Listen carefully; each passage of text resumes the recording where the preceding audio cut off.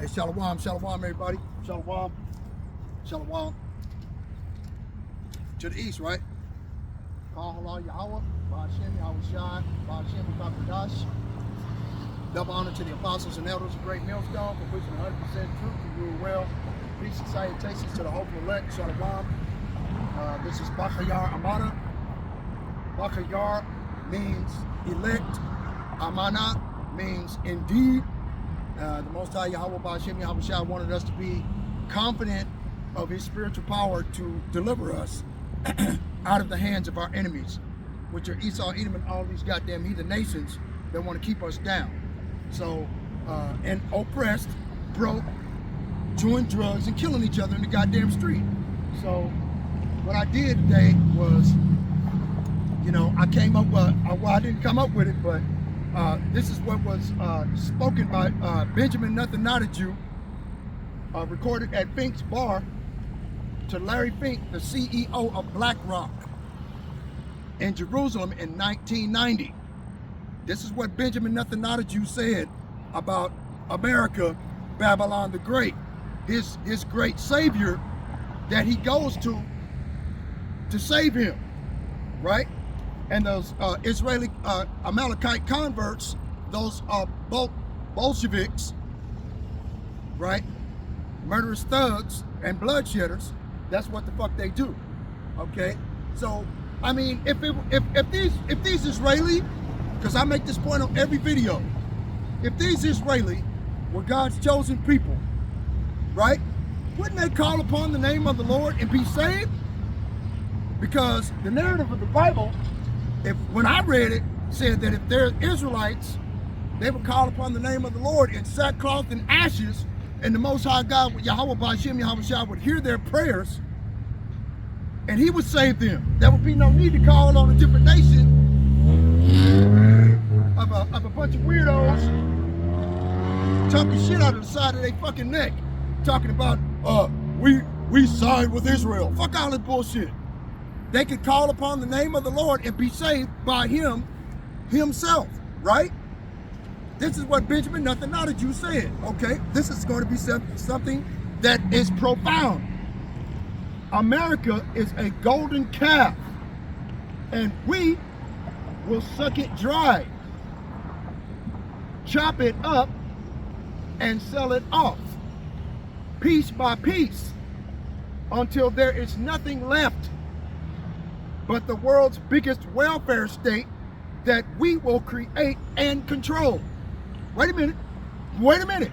Benjamin Nothing Not a Jew, that Donald J. Trump, okay, Donald Duck, Agent Orange himself, advocates in the protection of this fucking Edomite devil. He just said that about his country. So clearly, these devils are on the same fucking level. Okay, these Edomite savages. That what they need to do is go back to the goddamn caves where they came from. Caucasian is, the definition of Caucasian is cave dweller. That's where these goddamn animals came from. Okay, and for the last 500 years, they've been oppressed the children of Israel by the force of the sword in the time of their calamity during the transatlantic slave trades, the sub-Saharan slave trade. At the time that their iniquity had an end, and here we are at the end of time, and these goddamn Edomites are still trying to get rid of us, man. By any means necessary. Come on, man. It is a perpetual hatred these motherfuckers got for us. I'm gonna start over. Benjamin Netanyahu recorded at Fink's bar to Larry Fink, CEO of BlackRock, Jerusalem, 1990. Okay, this is what he said back then. Okay. America is a golden calf, and we will suck it dry, chop it up, and sell it off, piece by piece, until there is nothing left but the world's biggest welfare state that we will create and control. This is what we do to countries that we hate. We destroy them very slowly. Once again, the words of Benjamin Nothing Not a Jew, recorded at Fink's bar to Larry Fink, the CEO of BlackRock in Jerusalem in 1990. Okay? You can't even find that video on the internet. I bet you they took it down. Go look for it yourself then. You think I'm full of shit. Okay? I bet you try to put it up on their channel, they take your whole channel down. Right? These devils call, you know, the Palestinians Amalek. Right? And then he goes and uses a biblical prophecy of Deuteronomy chapter 25, verse 17 through 19 against the Palestinians, which gives them justification in the eyes of the world, right, to do all kinds of evil and wickedness, murder, and bloodshed of those people. Don't get me wrong, I don't advocate for the murder of anybody. That's not who I am as a man. But I do advocate for the indentured servitude and permanent enslavement of these Edomite devils for putting their hands on the apple of the eye of the Most High in heaven. Yahweh Ba'Shem Yahushua. Let me get my Bible. Because these goddamn devils, boy, they doing too much, man. I'm like, wow, really? I had to write that down because I figured, you know, I had to write that down because I figured they was going to take it off the internet quick. You know, that's where I found it at.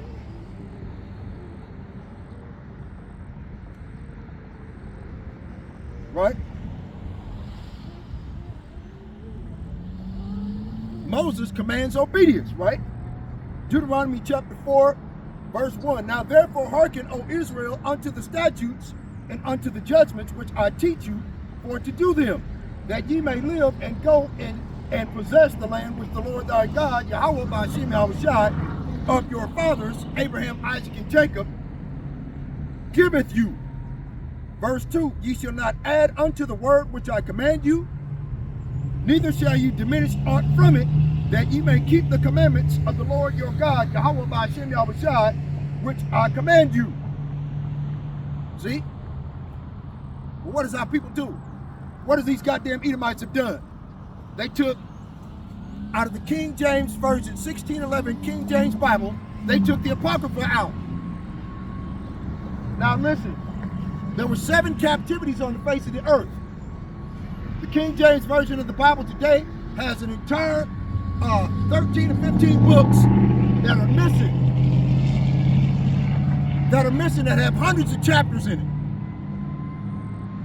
it. It's missing because it goes straight from the Medo-Persian captivity straight to the Roman captivity. What about the Grecian captivity?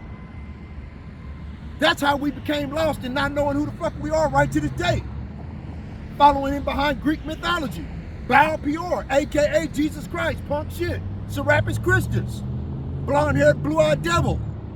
During the Grecian captivity, these goddamn Amalekite Khazars, right, and these Grecians, Antiochus Epiphanes, made it a law, through a draconian law, to make it illegal for any man to call himself a Jew or to practice as a Jew, a J-E-W, okay, who were Israelites. Israelites today are Negroes, Latinos, and Native Americans for the most part, but there are also Israelites that are of our kindred as the speckled bird that look like the heathen nations, but their bloodline, fathers' bloodlines go back to us. During the slavery, the indentured servitude, and captivities that we've been in. We've been in the Egyptian captivity, we've been in the Assyrian captivity, we've been in the Babylonian captivity, we've been in the Medo-Persian captivity, we've been in the Grecian captivity, we've been in the Roman captivity, and now we're in the American captivity. That's 7 captivities we've been in, man. We are pretty much homeborn slaves, and we're completely spoiled by these goddamn devils, man. Esau, Edom, and so-called white men and the rest of these fucking nations. They rejoice at the fact that we've been downtrodden and oppressed by our enemies. They know all about Al-Asajim, evil demon-like power. The Most High, Yahweh Ba'Shem Yahushua. He has mercy upon whom he has mercy, and he will have compassion on whom he will have compassion. So it is not he that willeth nor he that runneth, but he that showeth mercy. These Edomite and these heathen nations do not know anything about the Most High. So what did they try to do? They tried to change his perpetual hatred towards Esau, Edom, and the nations into something more appealing to human nature. God loves everybody. See? Fucking devils, man. Let's go get it. Deuteronomy 25. Uh-oh, went too far. Deuteronomy chapter 25. As soon as I get it, I'll let you know. Right? Verse 17. This is what nothing not a Jew gives him justification for the slaughter of the Palestinians in Lebanon, chasing after a ghost Hamas and Hezbollah. Right? Hamas and Hezbollah were created in 1982 and in 1984 during the Contra War over there in the Middle Eastern area, and also over in Guatemala under the rulership of President Ronald Reagan back in the 80s. You know, the Contra affair, right? Deuteronomy chapter 25, verse 17. Remember what Amalek did unto thee, by the way, when ye were come forth out of Egypt.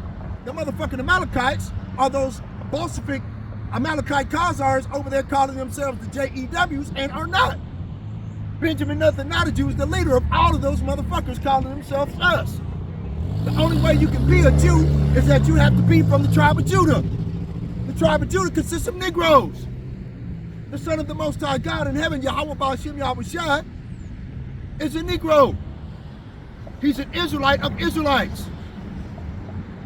Okay? Born during the Passover. These motherfuckers talking about he's born at Christmas time up under a goddamn tree, worshiping King Nimrod. What the fuck? Really? You see what I mean? They changed the Most High God's nature into something more appealing to their nature. They don't know the nature of the Most High. See? Deuteronomy 25, verse 18. How he met thee by the way, and smote the hindmost of thee, even all that were behind thee, when thou wast faint and weary, and he feared not God. So the hindmost of us that was coming through the desert, going around Mount Seir, these motherfuckers attacked old women, old men, babies, and pregnant women. That's what the fuck they did, man. Those Amalekite Khazars, they called Benjamin Netanyahu's people. Let's just put it like that. Okay? And I just told you exactly what he told Larry Fink, the CEO of BlackRock back in 1990, what he thinks about America. What the fuck? The true nature of these devils and their cogitations of their mind cannot be changed, man. It can't be changed. Okay? Verse 19, therefore it shall be, when the Lord thy God, Yahweh Ba'ashem Yahweh Shai, hath given thee rest from all thine enemies round about in the land which the Lord thy God, Yahweh Ba'ashem Yahweh Shai, giveth thee for an inheritance to possess it, that thou shalt blot out the remembrance of Amalek from under heaven, thou shalt not forget it. So he's trying to put the moniker or the title of Amalek on the Palestinian people for justification to go in and exterminate them. And Donald Trump is going to use his military forces by pulling them out of Ukraine and sending them into the motherfucking Middle East, aka the Valley of Armageddon, aka the Valley of Yehoshaphat. Right? The Valley of Yehoshaphat, of the Lord Yahweh's judgment. Right? It is a fearful thing to fall into the hands of the living power, Yahweh Ba'ashem Yahweh Shai, the creator of the heavens, the earth, the sea, all that is therein, and the foundations of water. But do you think these goddamn Edomites care? See? The Most High is coming back to kill these motherfuckers, and they know it, man. They're done. Let's go to let's go to Isaiah chapter 2, verse 1. The word that Isaiah the son of Amos saw concerning Judah and Jerusalem. And it shall come to pass in the last days that the mountain of the Lord's house shall be established in the tops of the mountains, and shall be exalted above the hills, and all nations shall flow unto it. Are all nations flowing over there to the motherfuckers? Then they just put a passport ban on everybody that's not an Amalekite? See what I'm saying? The motherfucking, they're a bunch of hypocrites, man. And then when we tell you the truth to your face, you can't handle it. Right? Ain't nobody flowing over to that country. They trying to get the fuck out of there. The people over there are already against Esau, Edom, Benjamin Netanyahu, their leadership.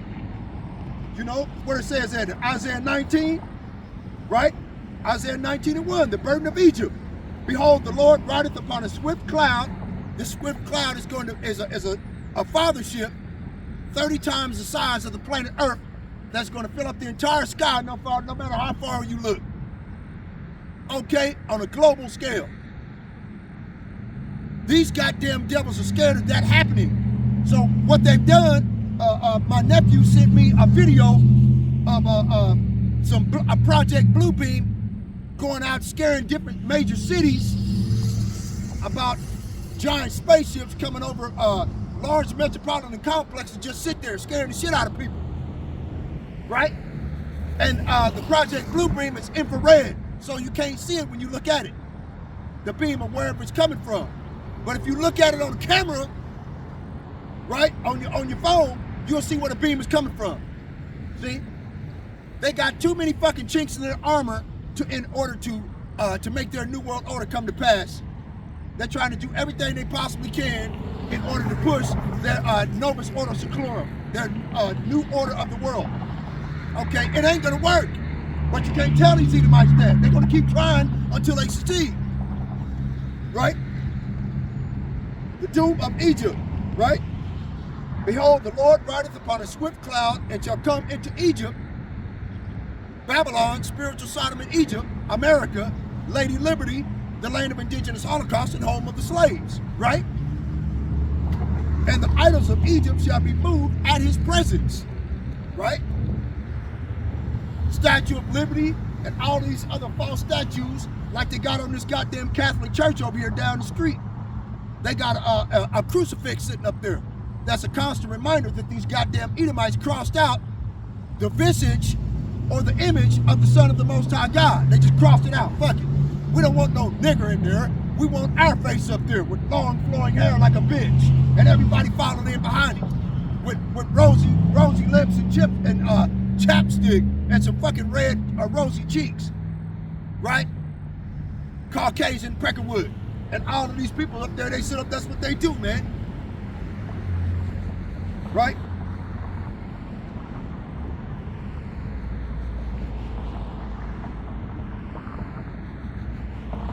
And the heart of Egypt shall melt in the midst of it.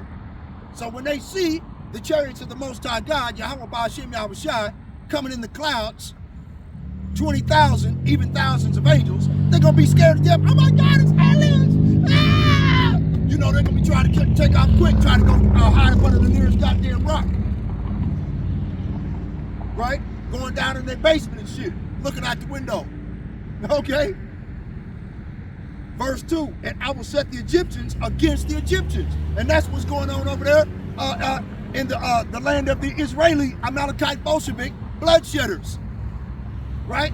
Those that call themselves the JEWs and are not, but are of the synagogue of Satan. Those are the only people that attend synagogues, man, on the entire goddamn planet. You mean to tell me you don't know that they're not God's chosen people? Like I said before, if they continue with the narrative of the Bible, wouldn't they call upon the Lord and be saved? Why they calling America then? Is America God? How the fuck does that work? See? Hypocrisy. Lunacy.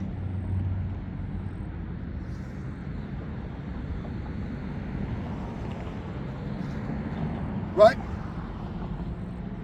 Isaiah 19, verse 2, and I will set the Egyptians against the Egyptians. And that's happening over here in America. Remember how at the election time, they was all divided against one another. You know, you got a bunch of men that decided to go and vote for Kamala Harris to make their woman happy. You know what I'm saying? I didn't do it. I didn't vote. I never voted. What the fuck for? I'm a felon, right? I done already committed all kinds of motherfucking crime when I was a kid. I had to pay for it, right? So I'm ineligible to vote.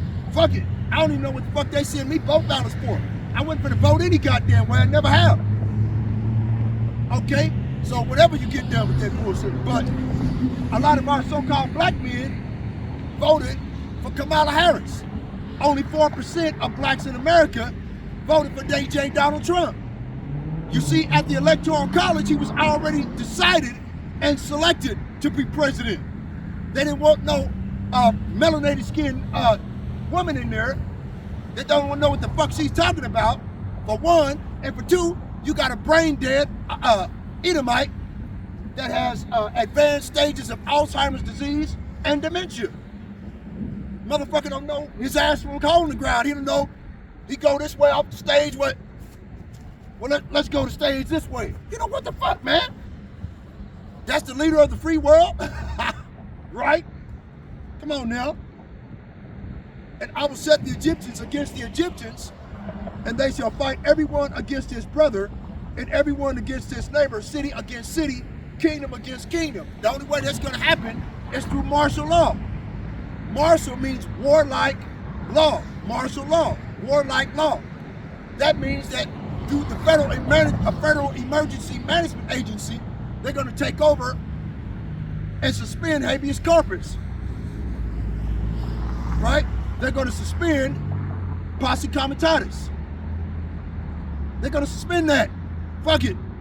With the military, you do what we said, we'll shoot your ass under summary execution immediately on the spot.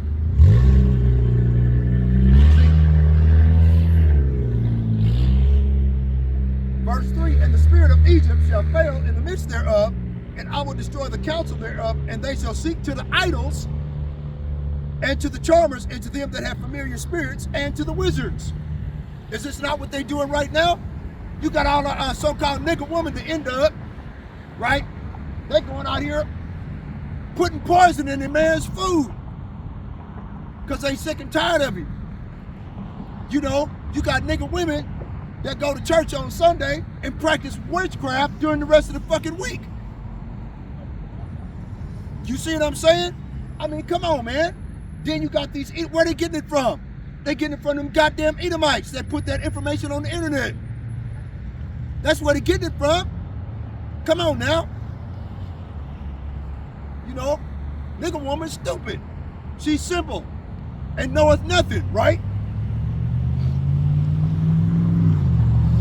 Let's see, where was I at? Let's go back this way. Proverbs.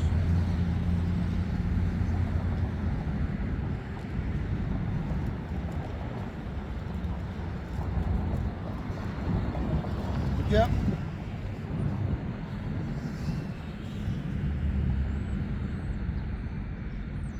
Right? Okay. Proverbs chapter 20.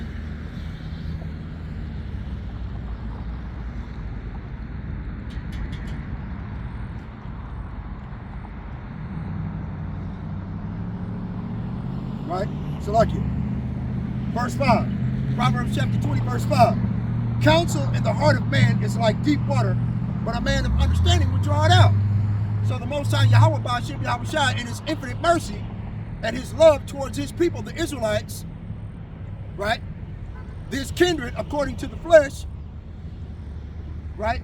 Sent righteous men one last time, the governors of Israel, to stand on street corners and risk their life and their freedom to explain these things and expound the biblical prophecies in dark sentences unto you. That's what he's done. And what we try to do is we try to tell you what the Bible's telling you, and you don't get it. You can't get this information at these goddamn churches over here. They're not going to tell you the truth. We're going to tell you the truth whether you were here or forbear. You can turn your back on the truth if you want to, but it's not going to help you in the long run, because salvation is of the Israelites and who are the Jews.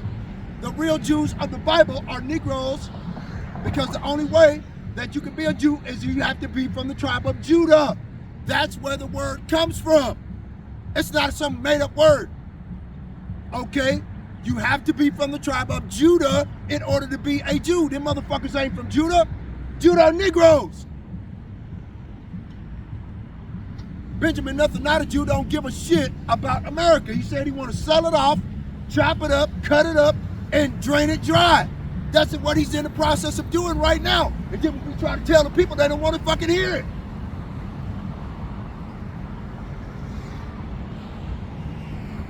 Yeah, you see the 5-0. Gonna roll past you trying to intimidate somebody. It's like, pussy, fuck you. You know, what did I do? This is the only weapon I got. Okay? Really? Trying to intimidate somebody. Cracker?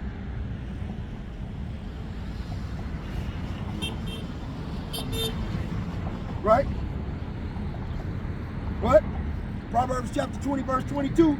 Say not thou, I will recompense evil, but wait on the Lord, and he shall save thee. So that's what we're trying to tell our people.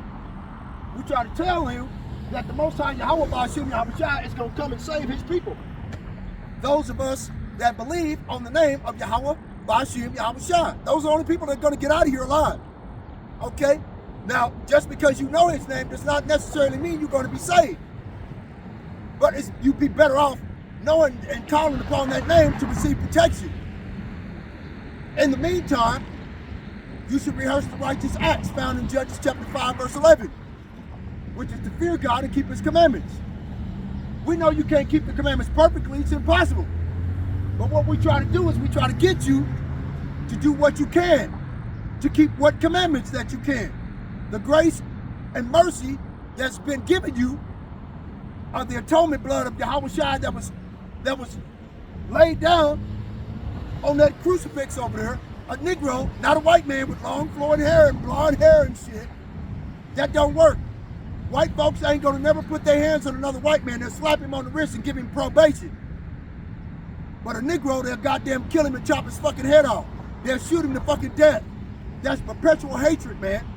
Ezekiel chapter 35, verse 5 will tell you about the perpetual hatred that these Edomites have for us.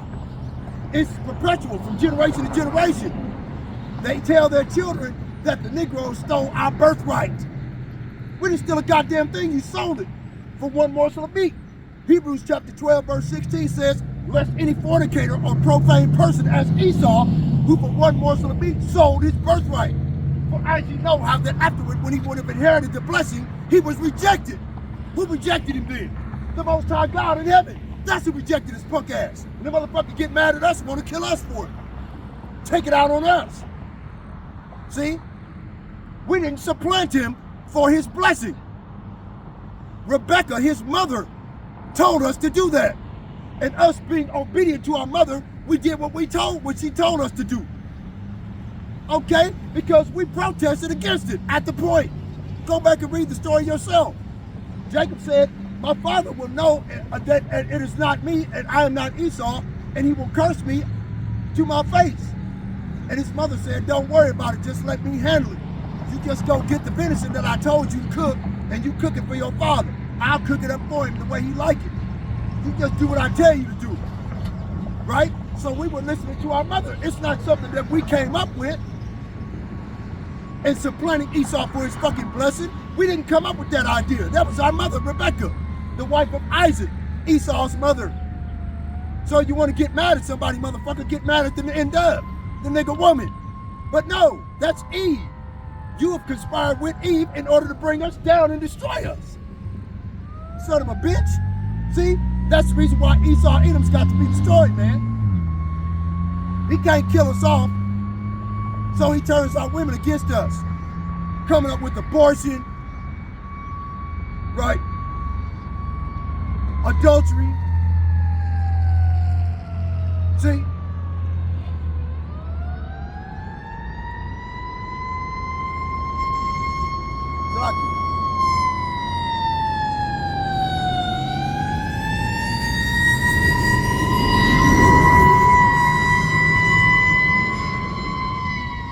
Right? Proverbs chapter 20, verse 24. A man's goings are of the Lord. How can a man then understand his own way? Right? How can you get it? We try to do everything we can to explain to you and expound the truth to your face. I put all these pictures out here, all the way the fuck around here, look. All the way around the goddamn corner. All the way around here. All the way. All the way, man. Okay? All the way around here. I did that on purpose so our people will understand where we're coming from. We're doing this for your benefit. We're risking our lives and freedom for your benefit. So this way you might be able to escape the coming onslaught of Esau Edom coming down under Project 2025. Right? Or coming in with that goddamn, what you call it, that, I forgot what's the name of it, aliens, what they call it, the Sedition Act. Let's go get it. Let me get it right quick. Sedition Act, yep. The Sedition Act, right? I write it down. I write down these notes. Right? They come in with, yep, hold on, let me get it. Right here it is, right here. You know, Trump and Project 2025. It's a psyop. It's a psychological operation. Okay, it's a noun. It's a military operation that aims to influence the emotions and behaviors of individuals, organizations, and governments.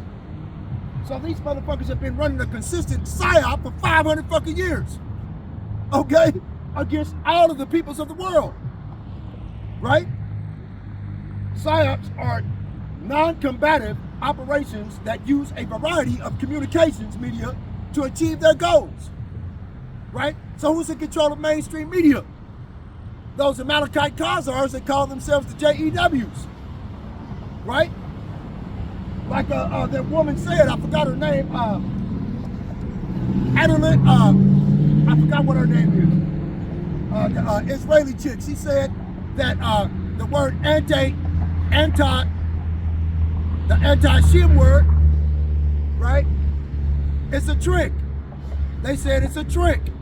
They always use it to stifle commentary from individuals that are criticizing the acts and atrocious behaviors of the so-called Israeli people, right?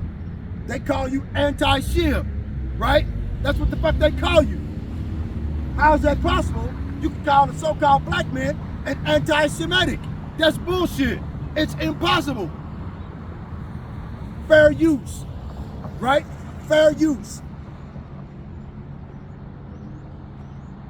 You know, I forgot I wrote down fair use in here somewhere. But that's all good. I'll write it down there next time. As soon as I get home, I'm gonna write it down. I didn't think about it today. But that's all good. That way, at the beginning of every video, I can read about fair use. You know, it's about commentary. It's about bringing education to the people. And it had nothing to do with copyright. Okay, this is a fair use disclaimer. Okay, all we're trying to do is bring education to the people concerning certain words and giving them the proper definition and breaking it down to what they mean as opposed to what it actually means. Okay, so commentary, educational purposes only. That's all this video is about. Okay, fair use, okay? You goddamn devils, you'll find anything to try to take it down. Right? Now, the founder of the state of Israel was David Ben-Gurion, and he was a motherfucking atheist. Now you know why Benjamin Netanyahu said what he said about America, Babylon the Great. Right? Let's go over what he said again for you individuals that just got here. Okay? Benjamin Netanyahu said this in 1990 in the city of Jerusalem, right? To Larry Fink, the CEO of BlackRock, right? Benjamin Netanyahu said this shit. America is a golden calf and we will suck it dry, chop it up and sell it off. Benjamin Netanyahu said this, but DJ Donald Trump's ass, right? He wants to defend these goddamn animals, these bloodthirsty animals. These cave dwellers need to go back into the goddamn Caucasus Mountains and the caves. The Caucasus Mountains are located in the Ukraine. Why do you think Donald Trump wants to pull the troops out of there and send them over there to help in the war against Iran? They're over there starting fights with people that don't even have the ability to fight back. Right? America is a golden calf, and we will suck it dry, chop it up, and sell it off, piece by piece, until there is nothing left but the world's biggest welfare state that we will create and control. This is what we do to countries that we hate. We destroy them very slowly. Benjamin Netanyahu recorded at Fink's Bar to Larry Fink, CEO of BlackRock, Jerusalem, 1990. Okay? So they recorded this animal talking shit, right? I just so happened to get lucky, you know, which it was the will of the Most High God that I found that information. Ain't no such thing as luck. Okay, so like I said before, you know, I'm not perfect at this thing or trying to keep the Most High's commandments. I'm doing the best I can under the circumstances. That's all I can do is do the best I can. I'm hope and pray that the atonement blood of Yahweh will cover me where I make my mistakes. That's what we're trying to convince you to do the same thing. You'd be better off at trying to keep the commandments instead of saying the law's done away with and doing whatever the fuck you want to do. You see?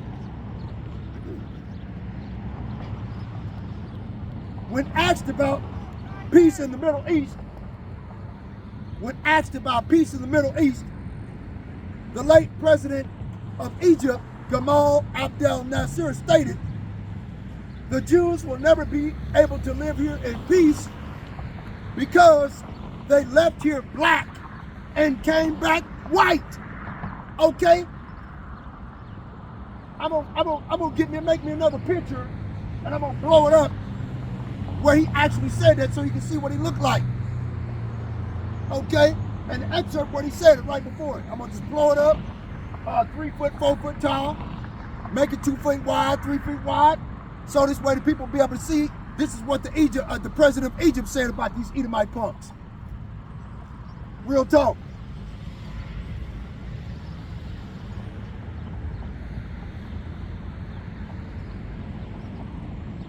Salakia.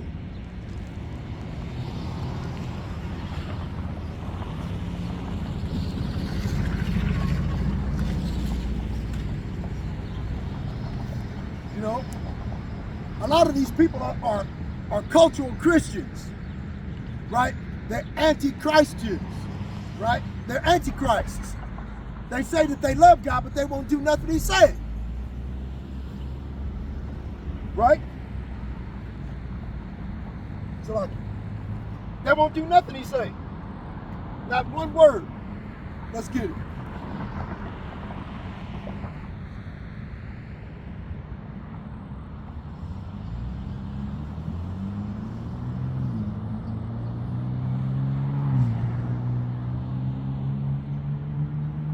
Okay, hold on. I think that's in Ezekiel.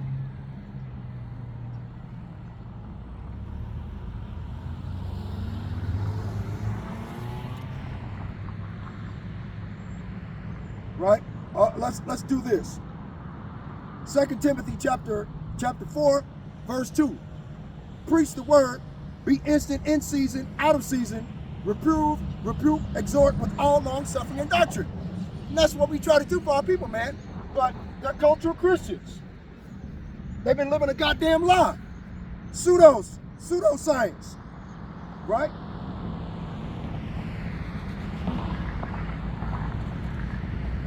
Cultural Christian. Someone who appreciates Christian culture or values, but may not practice the Christianity or identify as an atheist. Right?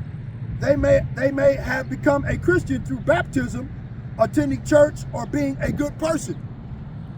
Right?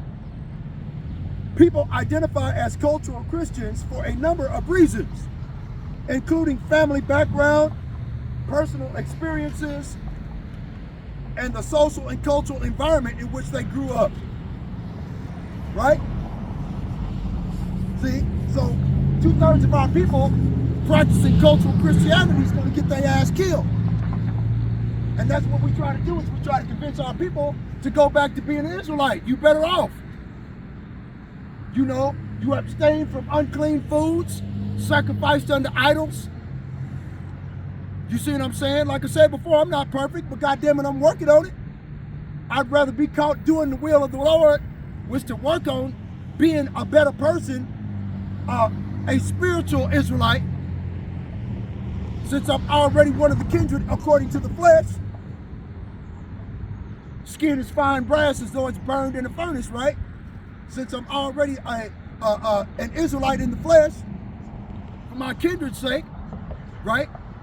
Being a spiritual Israelite is learning about the Lord, fearing the Most High God, and keeping His commandments. Where it tells you pray without ceasing, right? So like, yeah.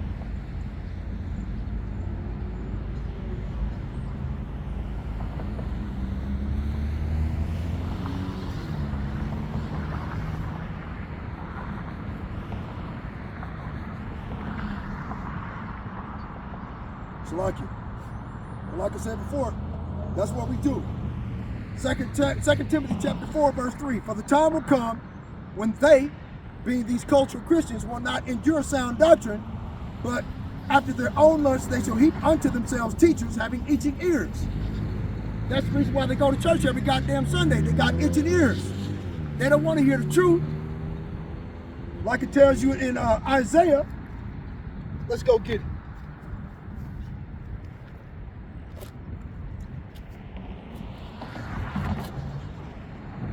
Isaiah chapter 30,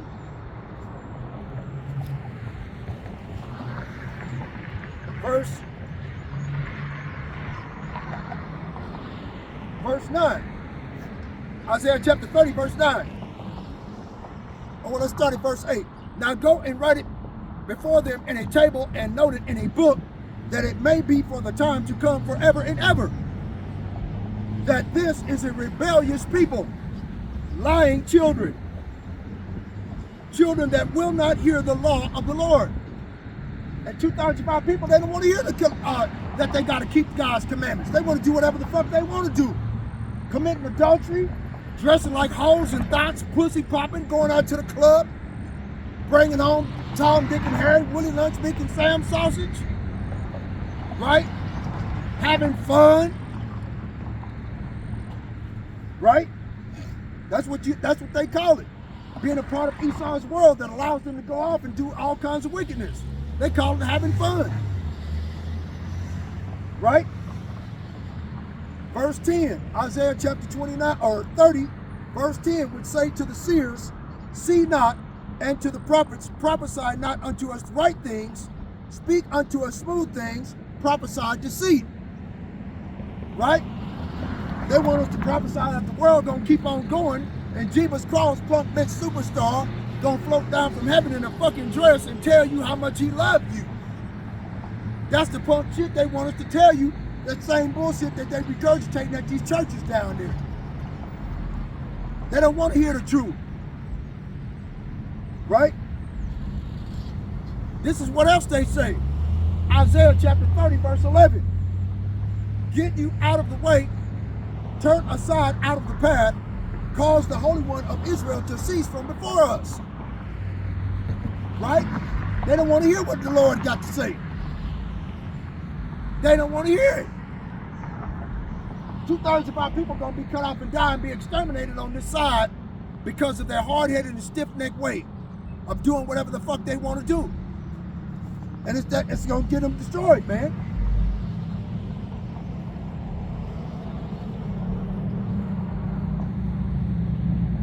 Wherefore, thus saith the Holy One of Israel, because you despise this word and trust in oppression.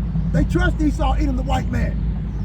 So when the white man come down with the goddamn radio frequency identification, digital biometric identification system, the size of a grain of rice, that they want to put up under your fucking skin as a tracking device, right? As digital ID, right? That keeps your biometric medical records, right? That has your universal high income, right? Where you get $2,000-$3,000 a month in digital currency,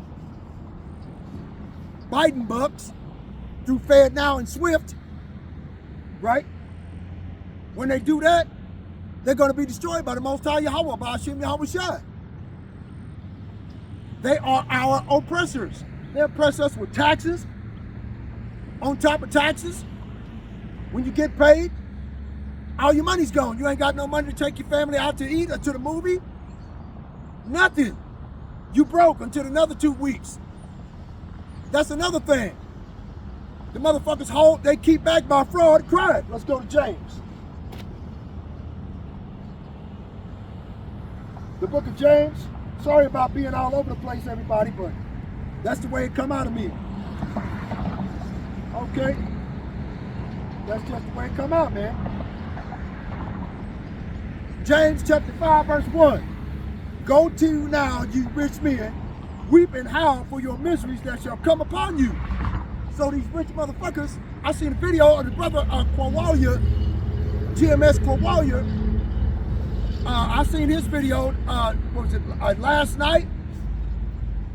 And the brother had a video about the federal, the FDIC, the Federal Department of Insured Currency, right? Those motherfuckers are between 75 and $100 billion in debt. Motherfuckers, they gonna insure us with money and insure all of our money that we put in their banks, right? How they gonna do that if they don't have any money to protect themselves? You see what I mean? It ain't right, man. But our people on our paycheck, it says FDIC, federally insured by the FDIC, right? The Federal Department of Income, of Insured Currency, right? Bullshit. If they're $100 billion in debt, right? How the fuck they gonna insure anything? Ain't no money. See? So when these bastards take your money and shut down the system, you said that your money was federally insured. They're gonna tell you that we didn't have any money to be insured by. So how can we insure your money? That's the reason why they're gonna shut these banks down either on a Thursday, on a Friday. When you go to the bank to get your money out so you can pay your bills, the bank is closed.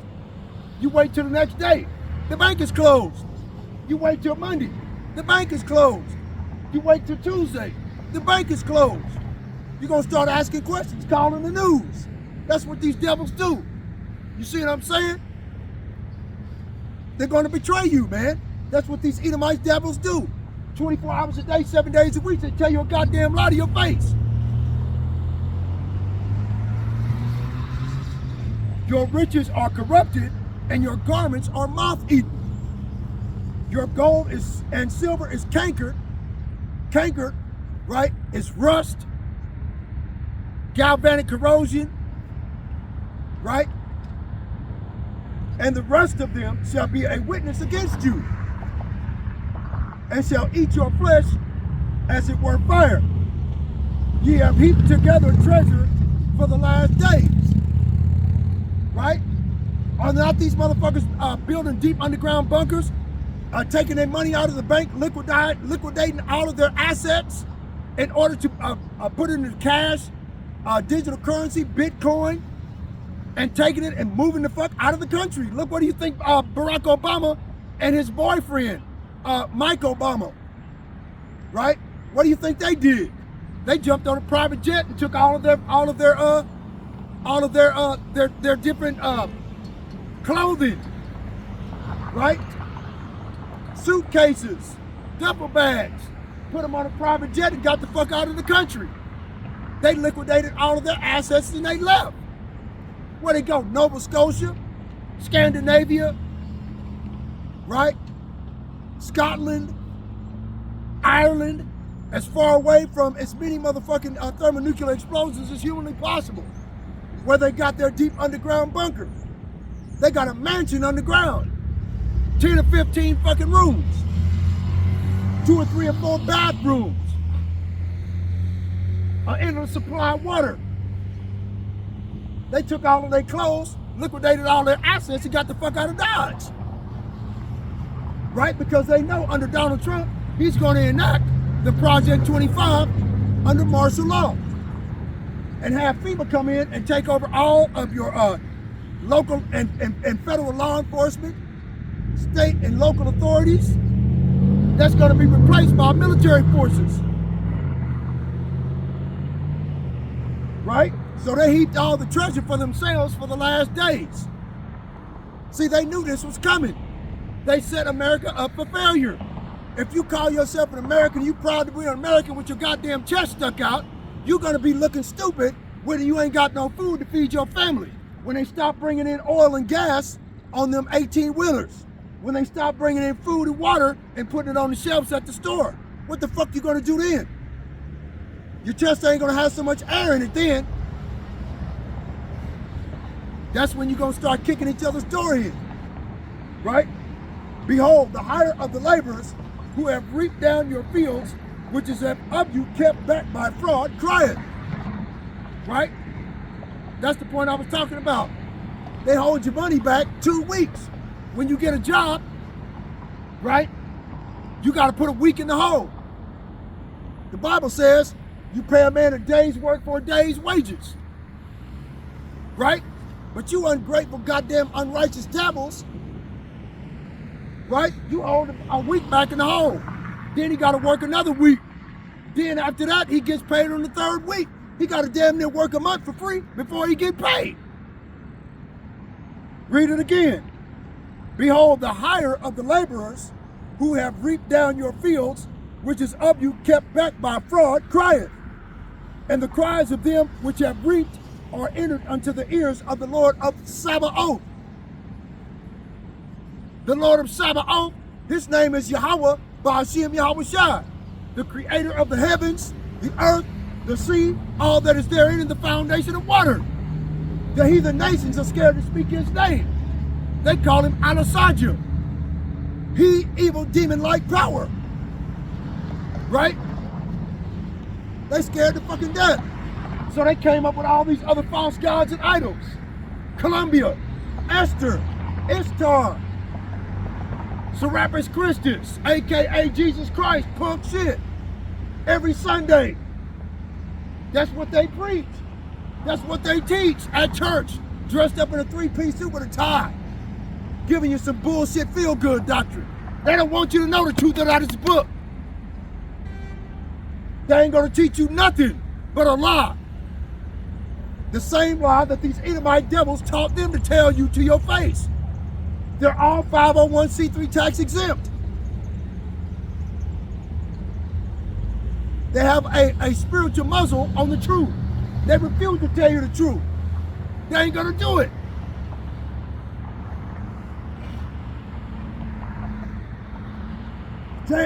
James chapter 5 verse 5. Ye have lived in pleasure on the earth and been wanton. Doing what you want to do. Just do it. Right? The law is done away with. Do as thou wilt. Being wanton. Ye have nourished your hearts as in a day of slaughter. Right? What you got? UFC, football, basketball, all kinds of goddamn breads and circuits. You know, making money off of all of these kids. All these grown men out there destroying their bodies and their minds for a fucking paycheck. Ye have condemned and killed the just, and he does not resist you.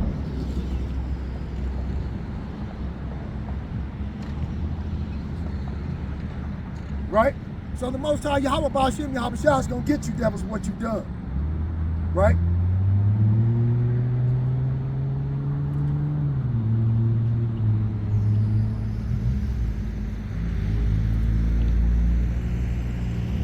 Right? Hebrews chapter 13, verse 14. For here we have no continuing city, but we seek one to come.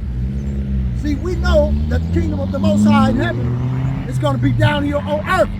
Everything here is going to be changed around. The Most High is going to set up the governors of Judah and the tents of Judah first. Judah are Negroes. The Most High Yahweh is going to set us up first. Set up the law, statutes, commandments, and the government that all other nations are going to adhere to. See? But Esau and Edom don't want that to happen. You know, by any means necessary.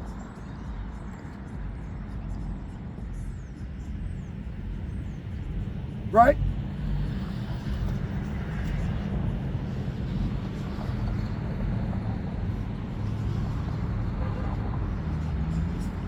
So like you. Lost my place again.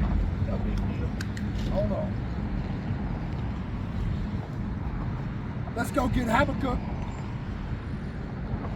Or Habakkuk or Habakkuk. However you want to pronounce that.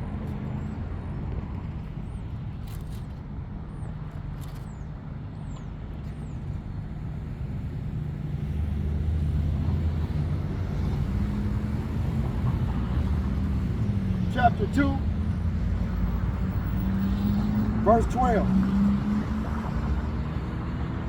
Woe to him that buildeth a town with blood and establisheth a city by iniquity. Right? What has Esau done? He established America and made America great. How? He built his towns and his cities by blood, and establish their cities by iniquity, allowing them to do whatever they want, eat whatever they want, right? Instead of being disciplined and fearing the Most High God. Looking in the book of Leviticus and find out what foods that are clean as opposed to the foods that are unclean, right? But Esau Edom ain't like that. He's not like other men, right? He's a bloodthirsty animal who shares the blood of the innocent. Right?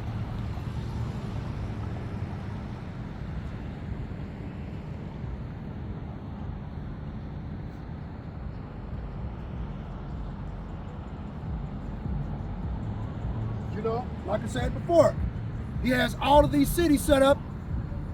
They're all been established in America by bloodshed and corruption. If you watch any movie that's on Netflix or Showtime, HBO, Cinemax, YouTube, every city, all that movie is about is violence.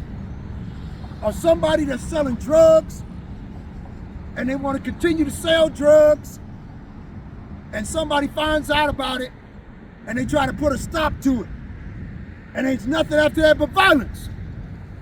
Action, adventure. Right?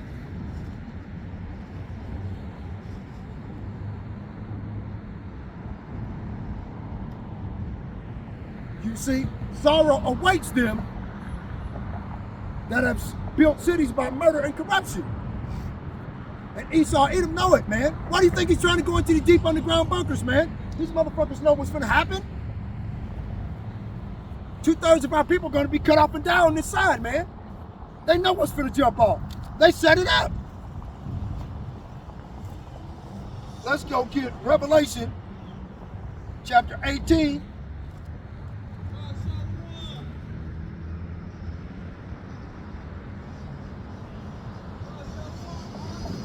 Right, see?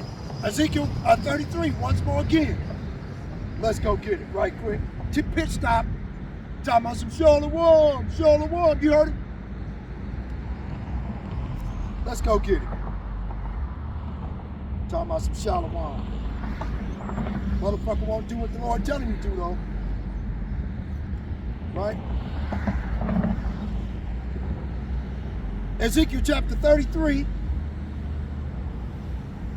verse 30. Also, thou son of man, the children of thy people still are talking against thee by the walls and in the doors of the houses, and speak one unto another, everyone to his brother, saying, Come, I pray ye, and hear what is the word that cometh forth from the Lord. Right? So, like a couple of weeks ago, they had a couple of chicks that were sitting out here on the fucking ground, them great big old Gila monsters, 300-pound chicks, right? They were sitting out here, right, listening to the words of the Most High God, right? That's what they was doing. Okay, they were sitting out here listening and going around looking at the signs, and I told them to come back. So this way, they can I can give them an understanding, a greater understanding of what I'm trying to say, and tell them where to look on the internet. So this way, they might be saved and learn about the name of the Most High in heaven. Yahweh Ba'Shem Yahweh Shai. I ain't seen them since. That's just an example.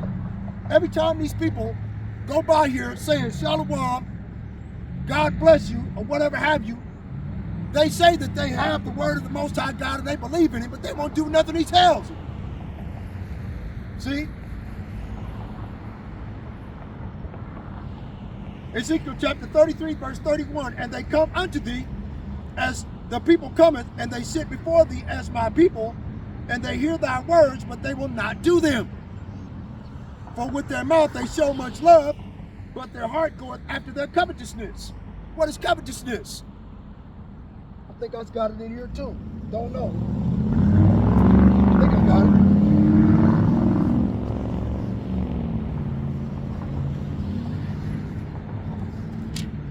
See if I can find it for y'all. Oh, better yet, I'll just get it off the internet right quick. So like, you know, you get in the blue letter, y'all just put covetousness.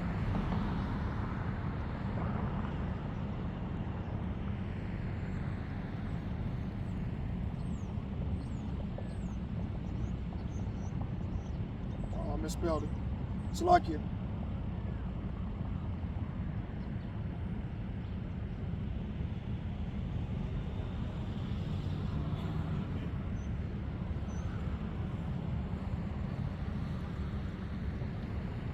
Okay, I misspelled it.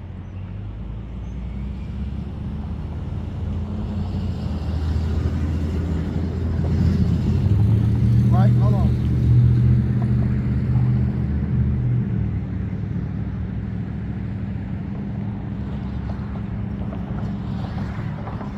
Okay, covetous. All right. Let's see.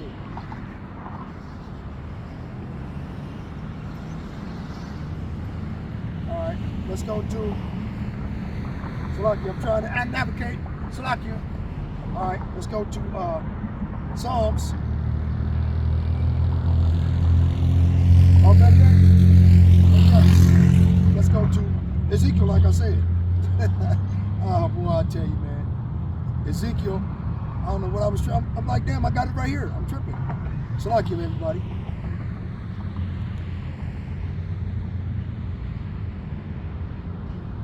All right, let's find it. Covetousness. Covetousness. Profit, unjust gain, acquired by violence. Right? We're not just talking about that.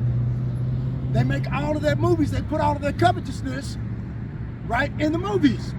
And our people try to emulate that, or practice, or cover, or follow after that, and try to be like what they see in the fucking movies, right?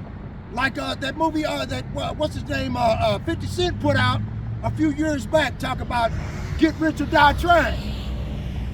It wasn't nothing but violence. You see what I'm saying? Same goddamn shit. I tell you, these evil devils, man, they cannot change, man. Right? Covetousness, filthy lucre. See what I'm saying? And lo, thou art unto them as a very lovely song, one that hath a pleasant voice and can play well on an instrument, for they hear thy words, but they will not do them, or they do them not. So like you, right? And when this cometh to pass, and lo, it will come, then shall they know that a prophet hath been among them.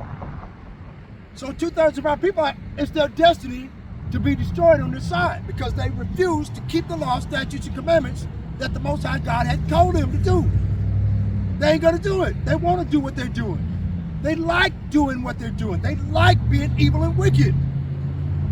They've been turned out by the wickedness of Esau, Edom. And there's really nothing that we can do about it. Try to do what we can to tell our people, but they hard-headed, man. They ain't gonna do it. It's crazy, but that's what they want to do, man. Try to tell them. They ain't gonna do nothing. They ain't gonna do right, no matter what you say. You know? See, our people are, like I said before, are cultural Christians. Right?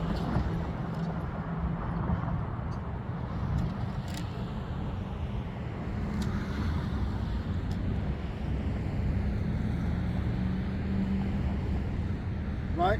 And like I said before, if these people are supposed to be God's chosen people, those Israelis, if they're supposed to be God's people and the people of God, then why is there a continuous war every day somewhere in this region of the world? Every fucking day. Isaiah chapter 2. Let's go get it.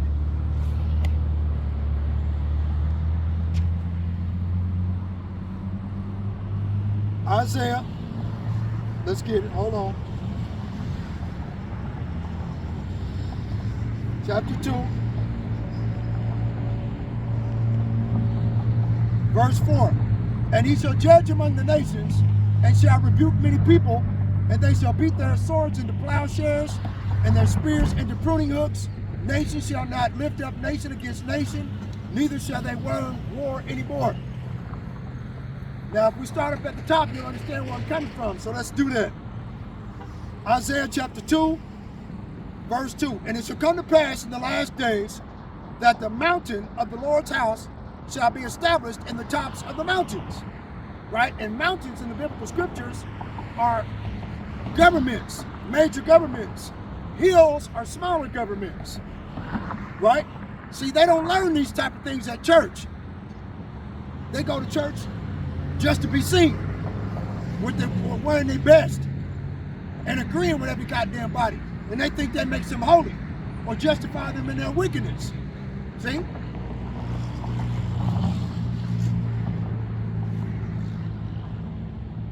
Salaki.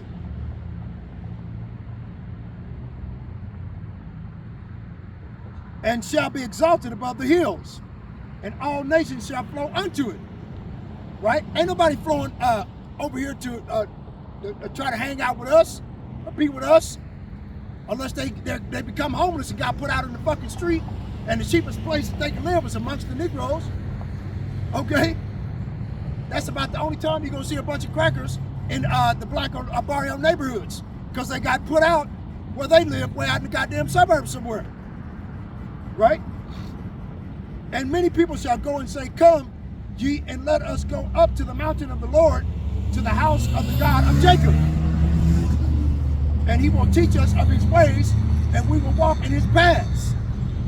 For out of Zion, the memorial of Israel, shall go forth the law and the word of the Lord from Jerusalem. Right? That's not happening right now. Right? We're still under the oppression and the captivity of our enemies. Esau, Edom, the so-called white man, and the heathen nations. They're doing everything and anything they can to keep us down and to keep us in the dark as to who we are as God's chosen people. Those Amalekite Khazars are not the chosen people of the Lord, or else there would be no war over there. Okay? There would be peace throughout the entire world. The water would be clean, the food would be real, instead of this genetically modified organic plastic bullshit. Right?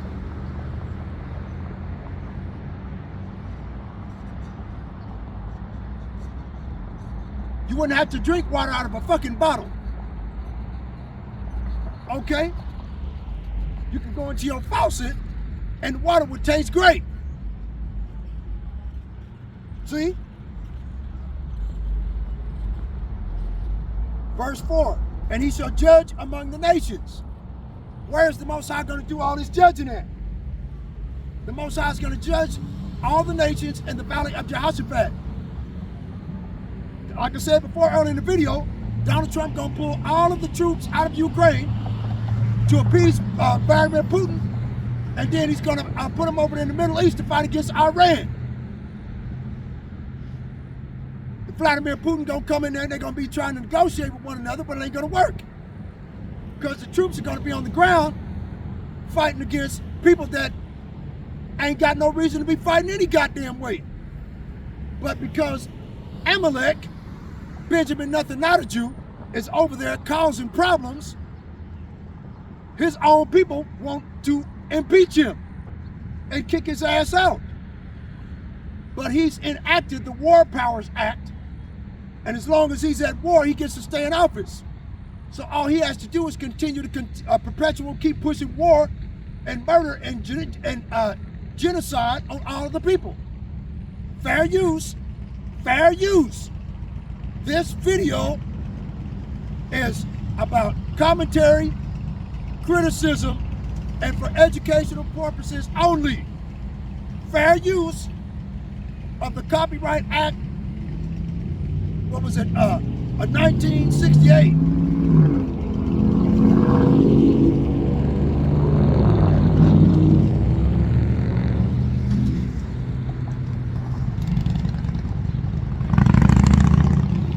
I think that's the year, I forget it. But like I said, I'm gonna memorize it. And he shall judge among the nations, and shall rebuke many people, and they shall beat their swords into plowshares, and their spears into pruning hooks. Nation shall not lift up sword against nation, neither shall they learn war anymore. That's all they do over there in the Middle East is war. Every time you turn on the goddamn TV, they're blowing something up, killing somebody, dropping bombs on men, women, and children. So how the fuck are they the people of the Lord? It's a lie.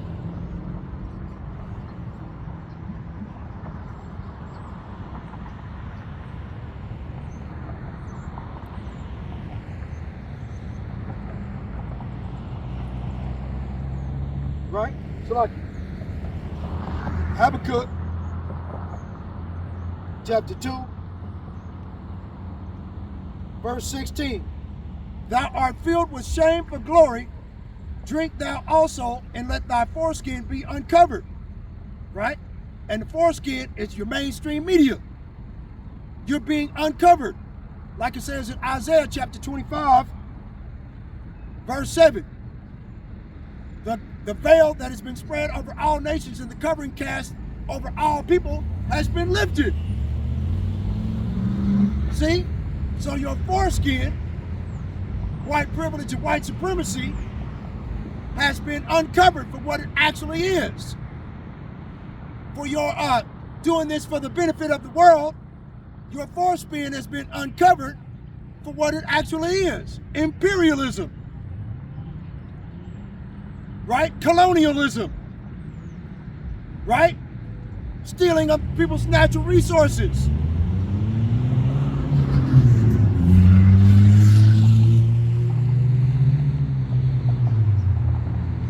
Habakkuk chapter 2 verse 16. Thou art filled with shame for glory. Right? Your shame has been scattered all over the world. Right? Let's go to Nahum.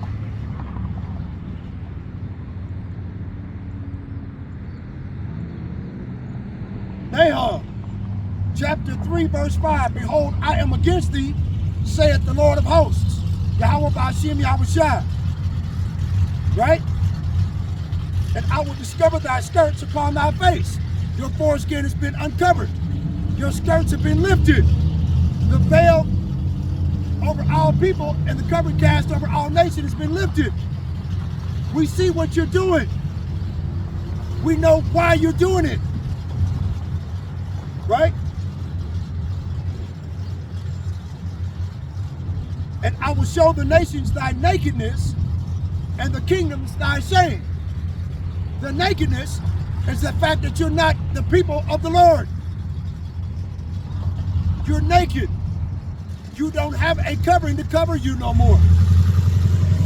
Right?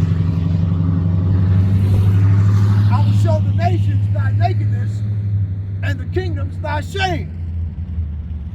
What is your shame, Edomite? Make America great again. How did America get great? Free slave labor. You've established a town by blood and a city by iniquity. What is iniquity? Sin added unto sin, added unto sin. What is sin? 1 John chapter 3, verse 4. He that sinneth transgresseth also the law, for sin is transgression of the law. Well, if the law is done away with, why would it make mention of the law in the New Testament? See, you push hypocrisy with that cultural Christianity bullshit. See, the people see what you're doing now.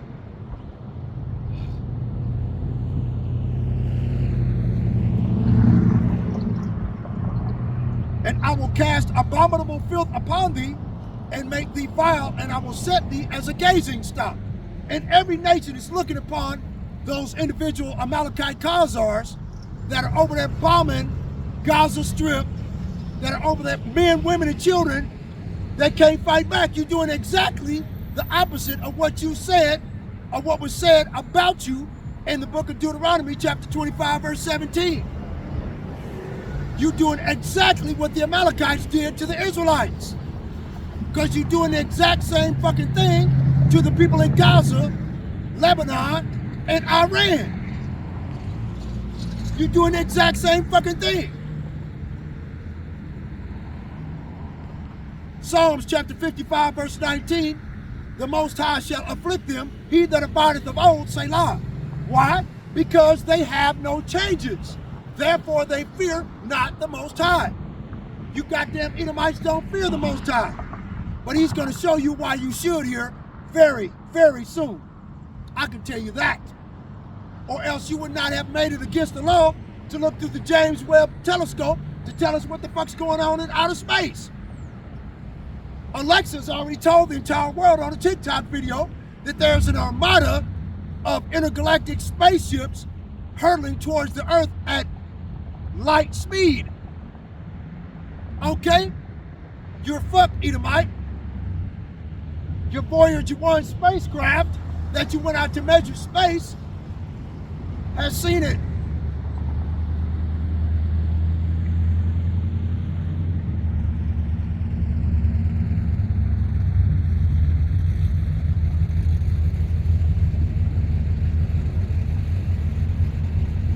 Right?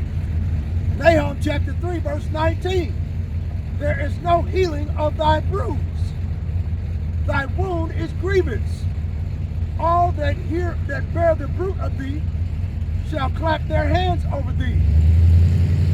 Right? All the nations are going to be glad that you fell down face first. That you're no longer in power. Right? They shall clap their hands over thee, for upon whom hath not thy wickedness passed through continually. You used the transatlantic slave trade to push the wickedness of the Israelites in other countries, telling other countries, nations to mistreat these people. You put a consulate, okay, and a military base in every country on the face of the fucking earth. You got your hand in everybody's cookie jar. Everybody's sick and tired of the bullshit. That's the reason why you're going to fall down and everybody's going to be glad. Hooray! That you Edomite devils and your hegemony, your imperialistic ideology of stealing people's natural resources and colonizing every goddamn where comes to an end. That way they can go back to worshiping what they were doing instead of worshiping the false god that you set up. You Edomite devil.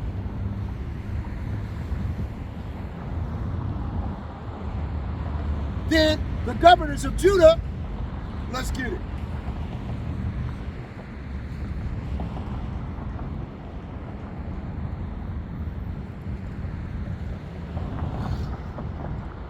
Right? Zechariah chapter 12, verse 5. And the governors of Judah shall say in their heart, the inhabitants of Jerusalem shall be my strength in the Lord of hosts, their power. In that day will I make the governors of Judah like an hearth of fire among the wood. Right? Says the same thing in Jeremiah. Right? Let's see if I can get it. Sorry about jumping around, everybody.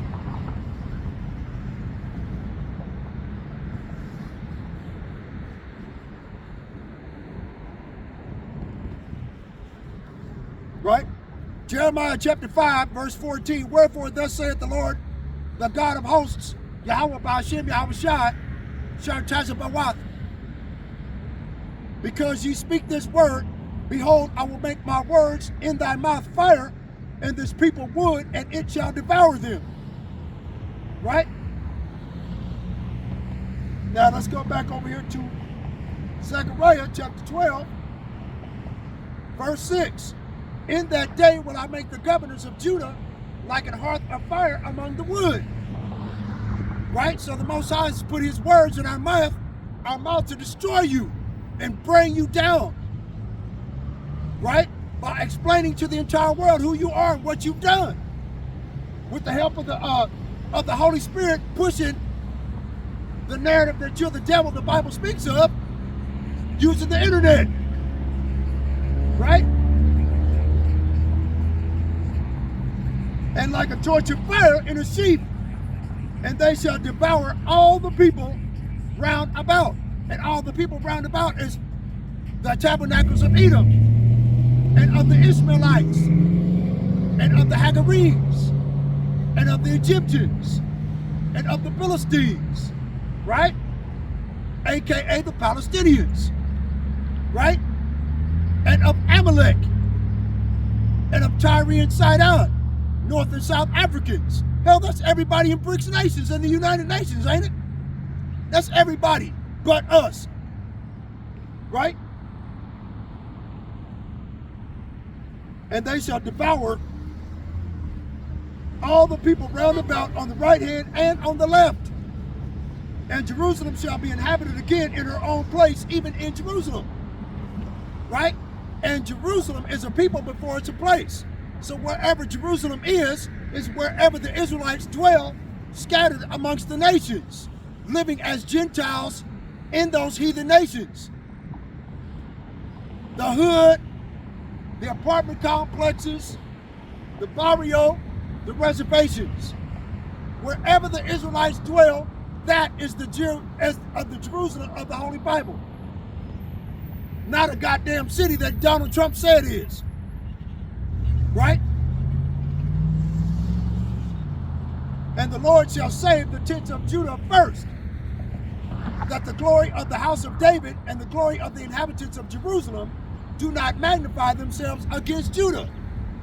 So like I said earlier in the video, the Most High Yahweh Ba'ashem Yahweh Shai, what he's going to do is he's going to save us first, so we can set up the kingdom of heaven on earth. Right? And then all of the other tribes of the 12 tribes of Israel are going to come in and obey the law, statutes, and commandments that are set up by us. And then all the other nations are going to come and flow unto us to find out what the Most High God, Yahweh Ba'ashem Yahweh Shai, wants them to do in order to please the Most High. Because his tabernacle, his body in the flesh, according to the scripture, will dwell with us. It's not going to dwell with any other nation. And their God is our God. Because we're going to force them, right, to worship our God like they forced us to worship theirs. Okay? It's that simple. They're going to go back in great fear of Al-Sajud. All these heathen nations are going to fear the Lord.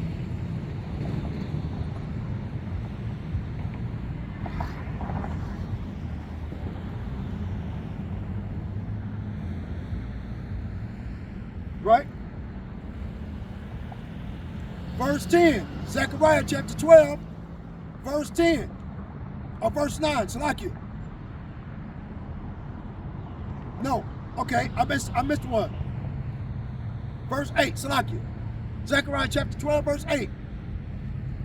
And in that day the Lord shall defend the inhabitants of Jerusalem, and he that is feeble among them at that day shall be as David. Now, if you go back and read Psalms chapter 18, it will tell you that King David broke a bow of steel with his arm. He leapt over a wall. With great power, he rushed through a troop of soldiers. Remember the old song that they used to sing about King David? King Saul killed his thousands and King David his tens of thousands. Right? That was back then when the Israelites had power, strength, damn near invulnerable. Right? Because we had King David fighting for us, man. And the Most High God, Yahweh Ba'ashem Yahushua, fought for King David. That's the reason why he never lost a battle. He never lost a war. Not one. All of the nations of the world were subject under King David. And if they did not worship the law, statutes, and commandments of the Most High God, they were immediately subject to summary execution on the spot. Man, woman, and child, entire families were executed for disobedience, worshiping false gods and idols. See? That's Al-Asajr to these heathen nations. They still fear right to this day to call upon his name because they fear him. That the spirit of Al-Asajr would hear his voice being spoken and see that they're heathen and destroy them. See? So the fear of the Most High God, Yahweh Ba'ashem Yahushua, aka Al-Asajr, among the heathen nations is still there.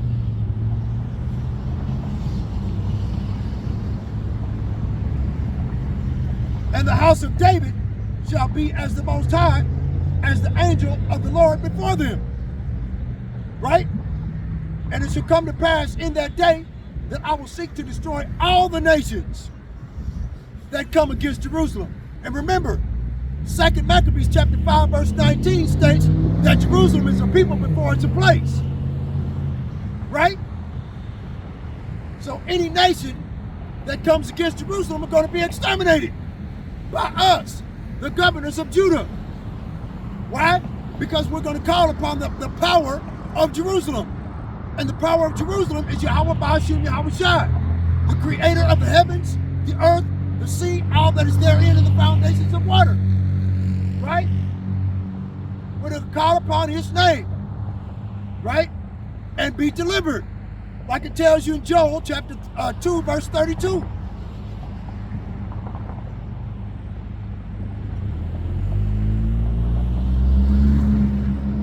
Zechariah chapter 12 verse 10, and I will pour upon the house of David and upon the inhabitants of Jerusalem the spirit of grace and of supplications. Right? So we're going to always be worshiping and praising the holy and righteous, true biblical Hebrew name of the Most High, Yahweh Ba'ashem Yahushua. Yahweh means he is or he exists, the self-existent one. Right? You know, he has no mother, he has no father, and has always been there. Okay? Seek not out the things that are too high for thee, neither the things that are above thy strength. Right?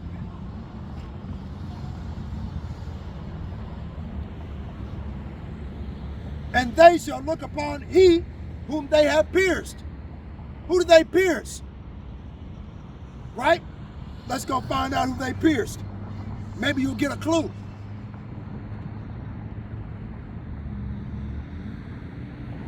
Psalms 22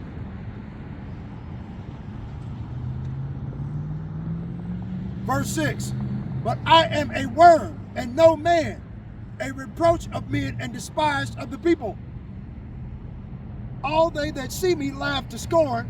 They shoot out the lip, they shake the head, saying, he trusted on the Lord that he would deliver him. Let him deliver him, seeing he delighted in him. Did they not say the same thing to Yahushua on the crucifix, saying he calls upon Elias? No, he calls upon his God. All right then, well, if he's calling upon his God, let his God deliver him so that he may come down from the cross, and then we shall believe him. Right? Ain't that what the scribes and Pharisees said in a joking-like manner to the Yahushua HaMashiach suffering on the cross? Says the same thing here. Prophesies that it would happen before it happened. To prophesy means to say before it happens, right?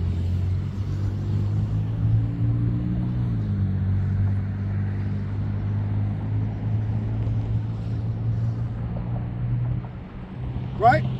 Psalms 22, verse 11.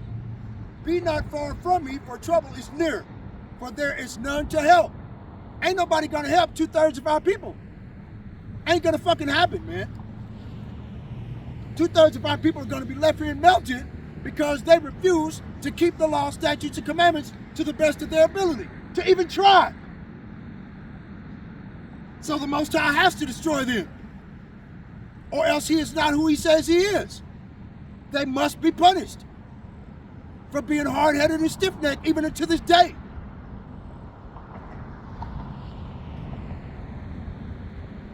Many bulls have compassed me, strong bulls of Bashan have beset me round. They gape upon me with their mouths as a ravening and a roaring lion. I am poured out like water, and all my bones are out of joint. My heart is like wax, it is melted in the midst of my bowels. My strength is dried up like a potsherd, and my tongue cleaveth to my jaws. And thou hast brought me into the dust of death. For dogs have compassed me, the assembly of the wicked have enclosed me. They pierced my hands and my feet. Nobody fits that description but Yahushua HaMashiach, whom you ignorantly call Jeebus Cross. You cultural Christian.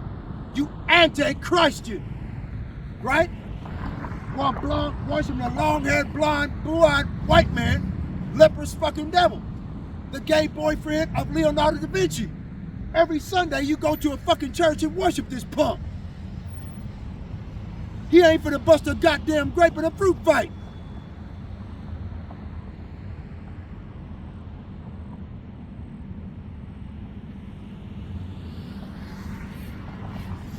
The true visage of the Son of the Most High is a Negro from the tribe of Judah. I got a picture over there that tells you exactly what he looks like by biblical description, compared to that bullshit these crackers put up.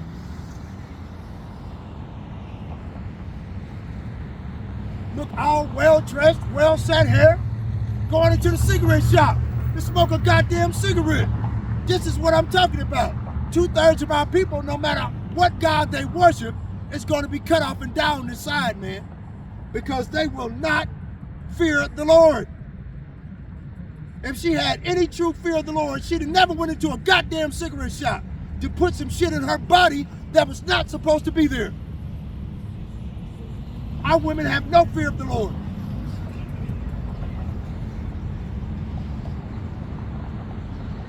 Right? Zechariah chapter 12.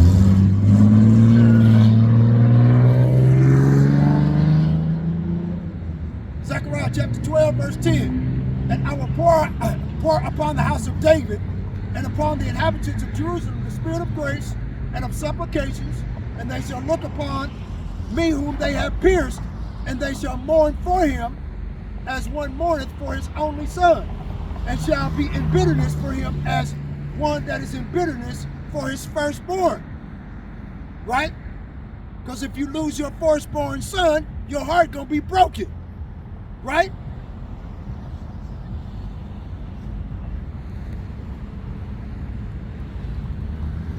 In that day there shall be great mourning in Jerusalem, as the mourning of Hadramman in the valley of Megadon. Right?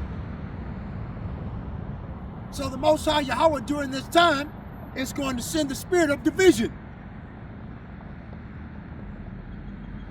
And the land shall mourn, every family apart, the house of David apart, and their wives apart, the family of the house of Nathan apart, and their wives apart, and the family of Levi apart, and their wives apart, and the family of Shimei apart, and their wives apart.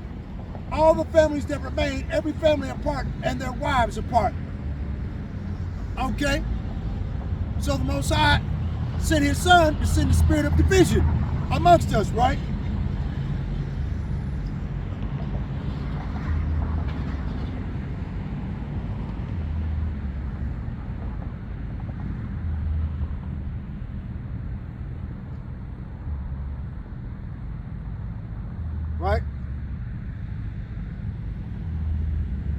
Luke chapter 12, verse 51. Suppose ye that I am come to give peace on earth? I tell you, nay, but rather division. For from henceforth there should be 5 in one house divided, 3 against 2, and 2 against 3. Right? So like it. The father shall be divided against the son, and the son against the father, the mother against the daughter, and the daughter against the mother-in-law against her daughter-in-law, and the daughter-in-law against her mother-in-law. Right? See?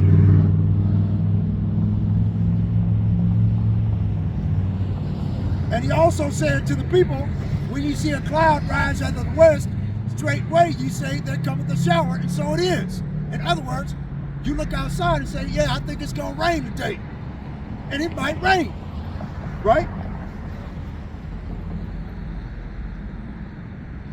And when you see a south wind blow and say there will be heat and it coming to pass, right? Saying it's going to be, the sun is out today, ain't no clouds, it might get pretty hot, right?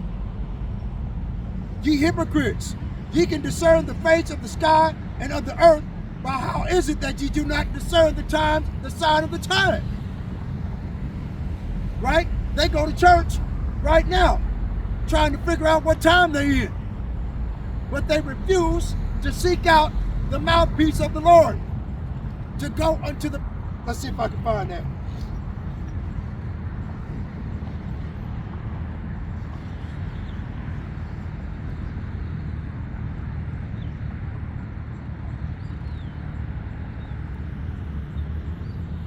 So like it. Right.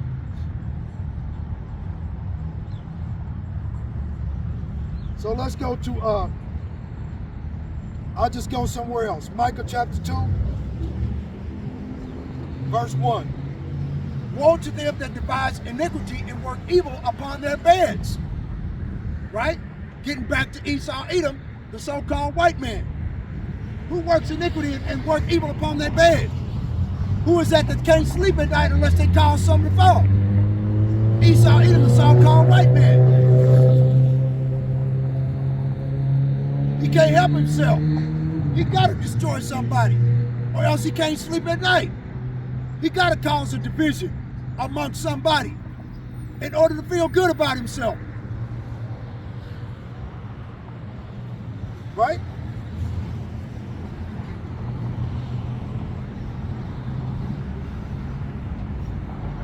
Woe to them that devise iniquity and work evil upon their beds. When the morning is light, they practice it, because it is in the power of their hand. Right? It's in the power of the hands of BlackRock, Vanguard, State Street, all these different individuals. See what I'm saying?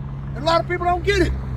They think the goddamn white man in Washington, D.C., Donald Trump run the world. That motherfucker's a puppet. He does what he's told. Or else they will actually succeed at popping his cap. All that shit was a psyop. That was a stage. The whole world is a stage. Okay? That shit was done for mainstream media purposes. Because everybody was watching to see what the fuck he was going to say next. They said they caught the man that tried to assassinate him, and the next day you see this motherfucker talking shit on the internet. Same dude. On a TikTok video. Come on, man. You can't tell that this is a fucking psyop. It is a psychological military operation to make you believe what you see. So you will be more apt to follow in behind the individual and make you feel sorry for the individual in which it affects, which in this case is Donald Trump. Okay? That's what it's all about. In order for you to turn your back on the Democratic Party to follow in behind Donald Trump in Project 2025. That way it would be easier for them to control you under an autocracy. One world government one world leader, one world religion. That's what Donald Trump is going to set up. Agenda 2030 mission goals.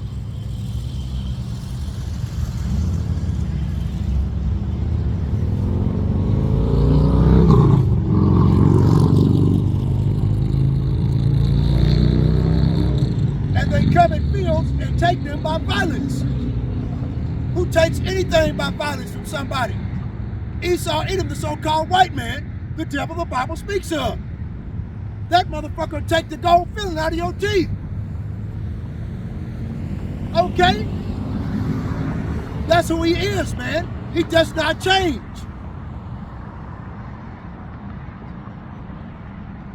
And houses and take them away. So they oppress a man and his house, even a man and his heritage. They took the heritage of the Israelites and put it on the Amalekites, those imposters, calling themselves the Jews and are not, but are of the synagogue of Satan. The only people on earth that attend synagogues, God damn it. You can't tell what the Bible is telling you to your face?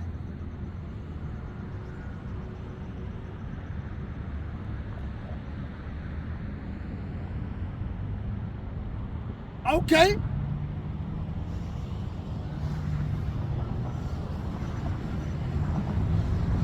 They oppress the heritage of the indigenous population of people, calling themselves $5 Indians, right? They buy 20 acres of land for $5 goddamn dollars. As soon as them Edomites when they first got over here. The oppressors, the colonizers. They was able to buy 5 or 10, 15, 20 acres of land for $5. Then they tell you to pull yourself up by your bootstraps. How the fuck you gonna pull up your bootstraps when you own the goddamn boot company? You Edomite son of a bitch. That's the problem. The Most High God is going to put everything and change everything back around. Like it tells you in Isaiah 29:16, surely your turning of things upside down shall be esteemed as the potter's clay. Who is the potter? Yahweh Ba'ashem Yahweh Shai. Right? He is the one who's going to turn everything right side up again and put the power back into the hands of the people. Salaki.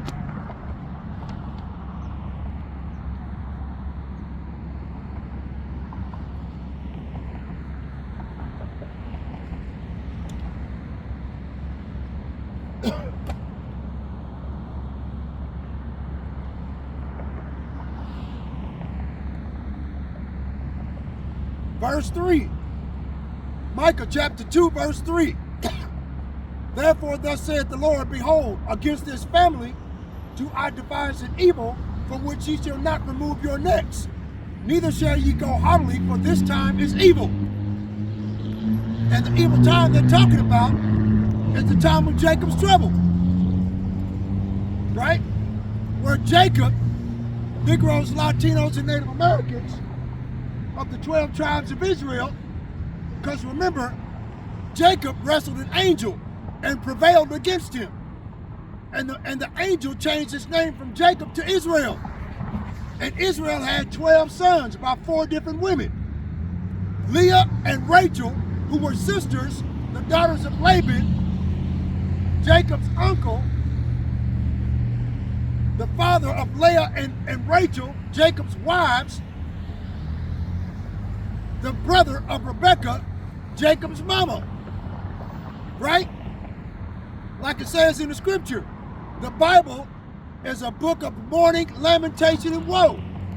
In it, you got murder, rape, incest,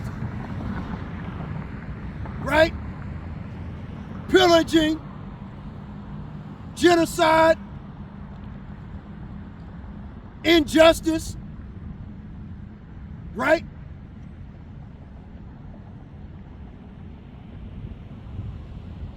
Micah chapter 2, verse 3.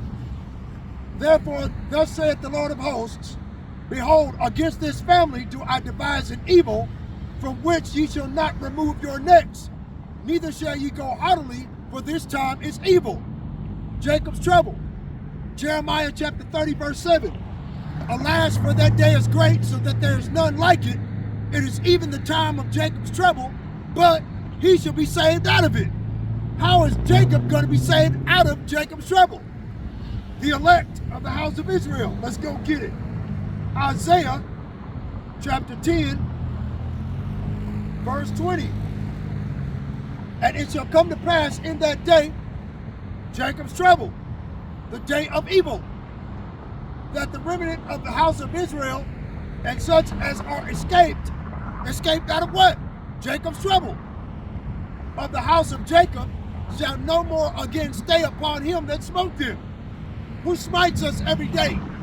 Esau, Edom, the so-called white man. What is our stay on staff of bread and thirst of water? We go to these goddamn Edomites for one of all things, right? Like it tells us to do in Deuteronomy chapter 28, verse 48. It says so, that we will come to these Edomite devils in one of all things. Let's get it.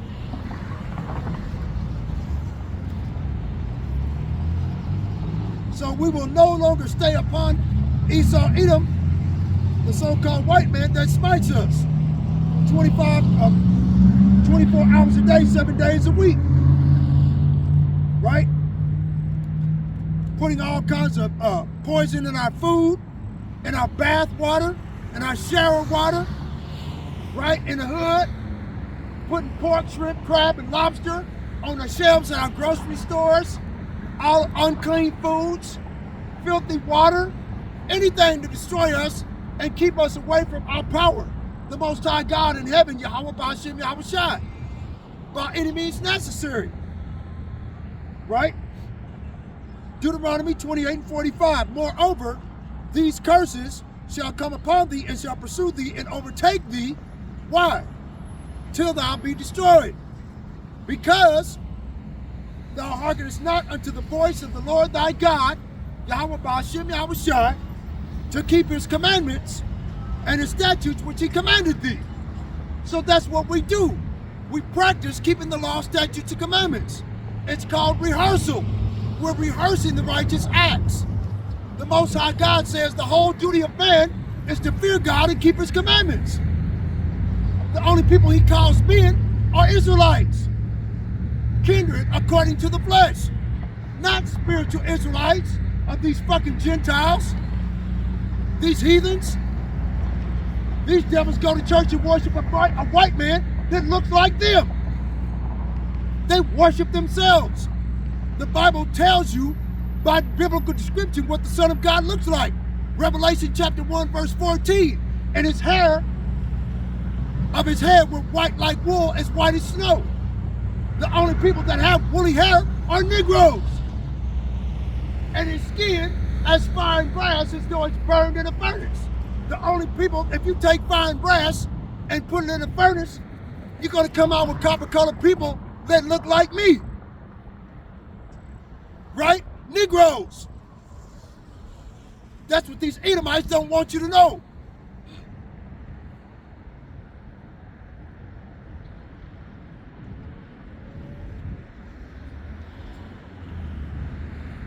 Deuteronomy chapter 28, verse 46.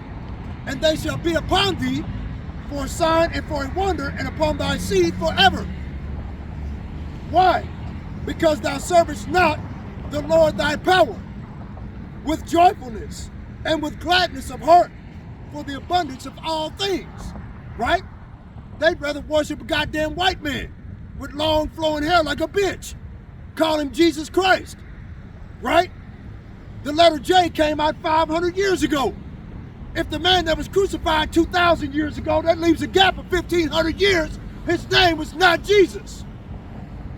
Right? So you got, in 1524, a man, a biblical scholar, and a Malachite, a Bolshevik,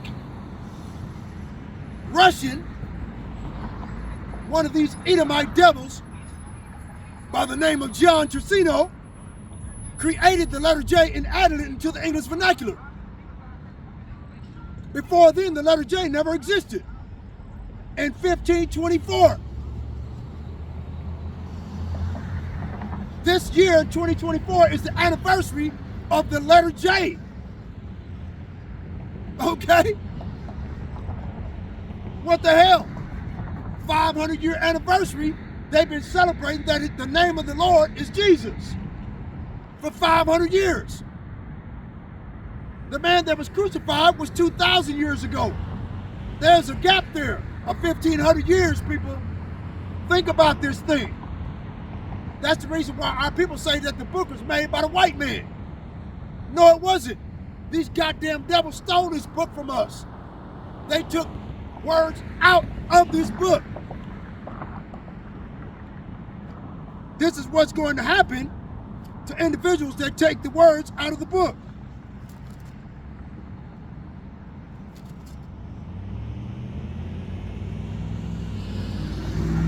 Right? Deuteronomy chapter 4, verse 1. Now therefore hearken, O Israel, unto the statutes and unto the judgments which I teach you, for to do them, that ye may live and go in and possess the land which the Lord thy God, Yahweh, Ba'ashem Yahushai, of your fathers, Abraham, Isaac, and Jacob, giveth you. Ye shall not add unto this word which I command you, neither shall ye diminish aught from it. Right? Says the same thing in Revelation chapter 22, right? That ye may keep the commandments of the Lord your God, Yahweh, Ba'ashem Yahushai, which I command you.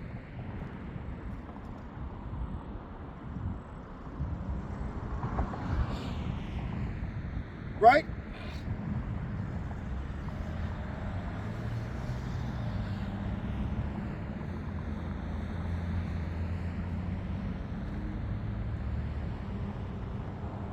Revelation. That's what would happen, right, to our people for taking words out of the book. But the book was taken from us during the time on the west coast of Africa and the time that we brought over here on slave ships. The words of the Most High God was taken from us, like the lost lunar stone in Arizona. They scratched out the name of the Lord. They scratched out the Lord's Prayer. They scratched out the 10 Commandments. Right? That was a landmark for the tribe of Gad, for the tribe of Reuben, for the tribe of Simeon. But the white man scratched it out off the landmark because they couldn't remove it. That's the jealousy of these Edomite devils.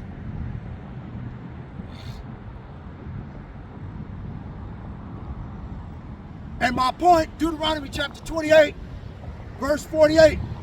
Therefore shalt thou serve thine enemies, which the Lord shall send against thee, in hunger, and in thirst, and in nakedness, and in want of all things.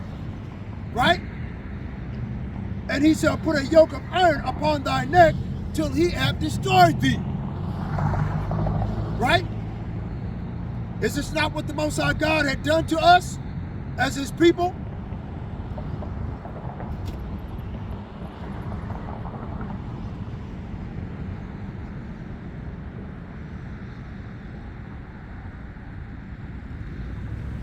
Right?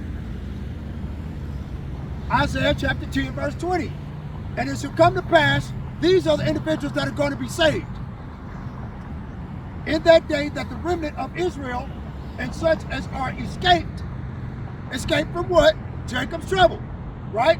The great tribulation, the time of great trouble, the day of evil, right?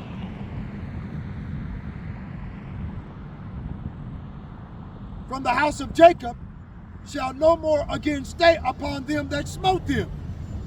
So those individuals that we stay upon, that we have to go to in one of our things, we shall no more stay among them, right? We're going to depend solely on the Most High Yahweh Ba'ashem Yahushai in spirit and in truth, right? And that day is right around the corner. Donald Trump back in there? Okay. We're fucked in the game. That motherfucker's gonna follow the King Alfred plan. That calls for the rounding up of at least 21 million African Americans, black Hebrew Israelites. Okay, real shit, I'm telling you.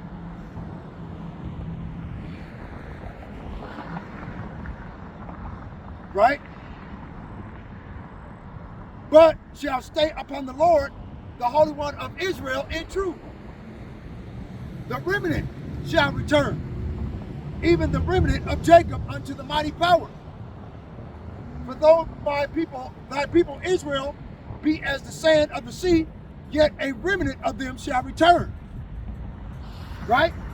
So only the elect of the house of Israel are going to return to the Most High God, that the Most High God had pre-selected, hand-picked from the foundations of the earth to come back and worship him in spirit and in truth. That's the only people that are going to get saved and get out of here.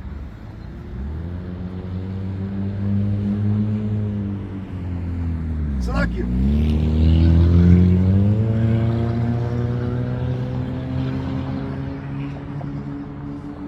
The consumption decree shall overflow with righteousness. For the Lord, the Most High God, Yahweh Ba'ashem Yahweh Shai, Shartazabawat, the Lord of hosts, shall make a consumption even determined in the midst of the land. And that consumption is determined in Zechariah chapter 13, verse 8. And it shall come to pass that in all the land, saith the Lord, 2 parts therein shall be cut off and die, but the 3rd part shall be left therein. Right? There it is over there in the corner. The pie chart. See that pie chart over there? See that pie chart? That pie chart's right there. See it? See the pie chart? That's 2/3 of our people that are going to be left here and melted. Okay, it shows you on the pie chart what 2/3 look like as opposed to the 1/3, and then the governors of Judah, the 144,000. Okay? And it shall come to pass that in all the land, saith the Lord, 2 parts therein shall be cut off and die, but a 3rd part shall be left therein. Right? And that 3rd part are the remnant of the house of Israel, and such as are escaped of the house of Jacob. From what? Jacob's trouble. See what I mean? Precept upon precept, precept upon precept, line upon line upon line, here a little and there a little. Make sense now? Okay, thought so. Zechariah chapter 13, verse 9. And I will bring the 3rd part through the fire. Right? What fire? The fire of adversity. Right? No water. No food. We might have to go a week without something to eat. Something to drink. No power. Nothing to cover our head. We might be stuck out in the fucking rain, homeless, living out in our car. Because they're going to make it illegal to drive. If you can't prove that you got valid digital biometric identification, right? If you ain't got a biometric digital ID, you can't drive your car. Without that biometric digital identification system, you will not be able to buy and sell or participate in a cashless society. That biometric digital identification is a microchip the size of a grain of rice that is supposed to be subcutaneously implanted underneath your skin between your index finger and your thumb. Left hand or right hand, it don't matter. Or you can buy for the option of the Neuralink brain chip that Elon Musk is pushing. Donald Trump says he's not going to push technocracy. Why the fuck did he join up with Elon Musk then? Huh? That's because that's the plan. Donald Trump is a fucking public for the elites.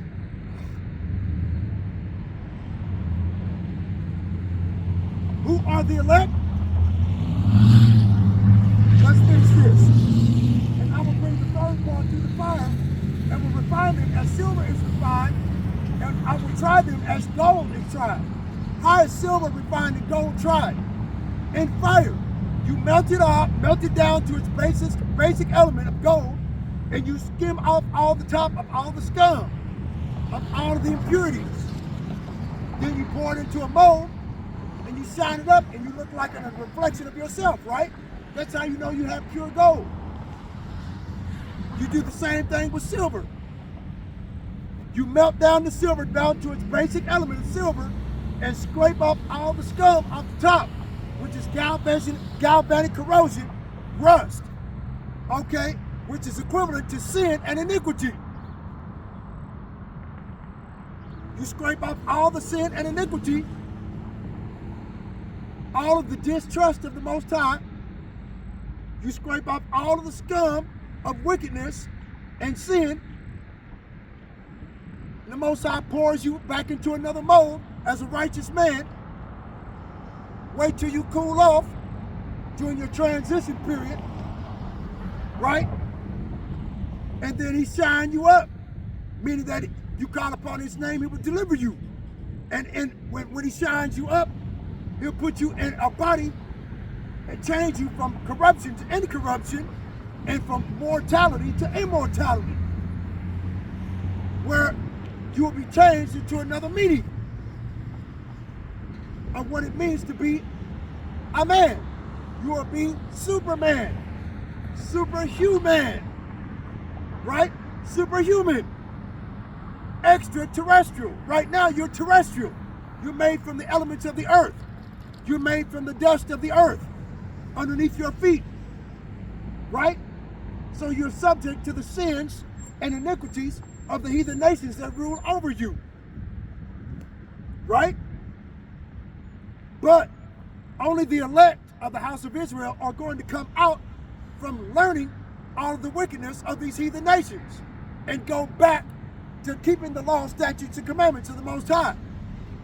During which time, during the trial of testing, like it says in Revelation chapter 2, verse 10, fear none of those things which thou shalt suffer. For behold, the devil, Esau, Edom, the so-called white man, shall cast some of you into prison, because Satan is a spiritual entity. He does not own prisons, but the spiritual aspect of Satan on earth are the devil, Esau, Edom, the so-called white man. He owns all the prison houses, right? And there you go. You know who owns all the prison houses. He shall cast you into prison. What type of prison is he going to cast you into? A FEMA camp. Federal Emergency Management Agency detention facility. Okay? There are over 800 detention facilities or FEMA camps in the United States. Fully staffed, fully manned,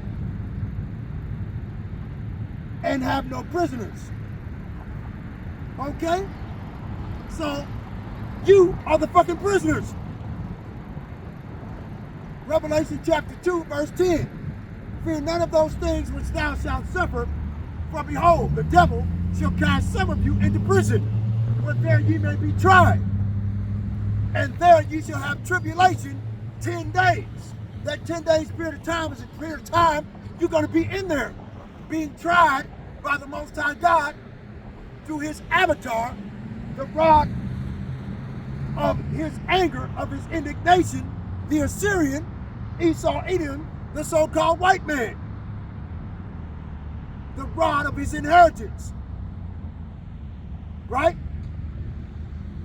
Now this rod is a whooping stick or a means of punishment for his inheritance, who are Israelites, to whom pertaineth the adoption and the glory and the covenants and the givings of the law and the services of the Most High and the promises of salvation given to the remnant seed of the house of Israel.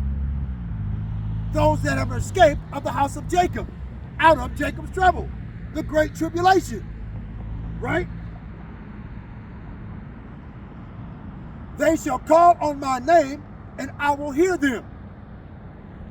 I will say, it is my people, and they shall say, Yahweh Ba'ashem Yahushai is my God, my power, right?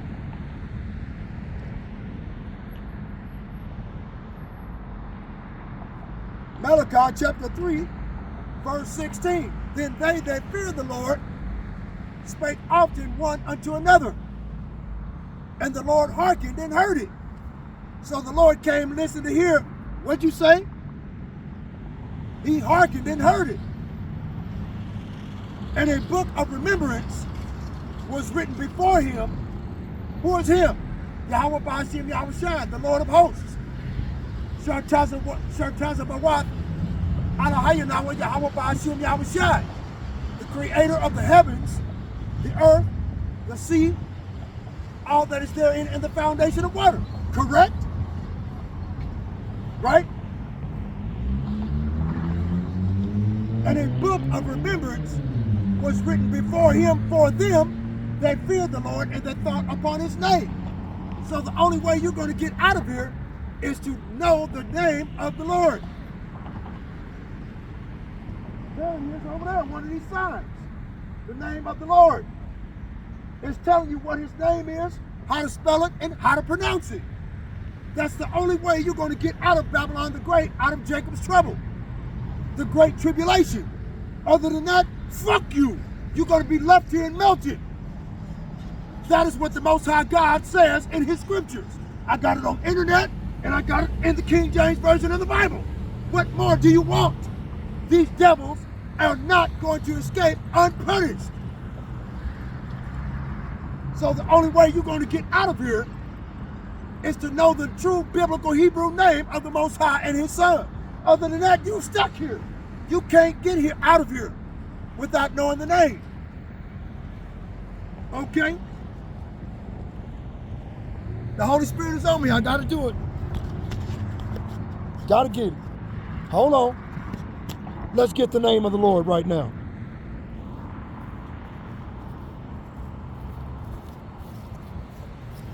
See it? Focus. Focus. Focus. Hold on. Salakia. Got to switch it around so it's this way. Okay.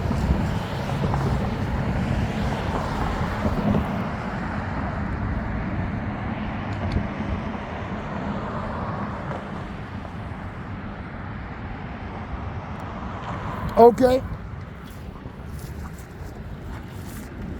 Alrighty, this is the name of the Lord. Okay? Yah, Ha, Wah, Ha. Yahweh. Okay? Yah, Ha, Wah, Sha'ai. Yahweh Shai. This is ancient Hebrew. Right? The people that you call the Native American Indians, this is their language because they're our people. We are them. They are us. Okay? Before they got lightened up through rape and murder and pillage and stealing of their natural resources and of their land.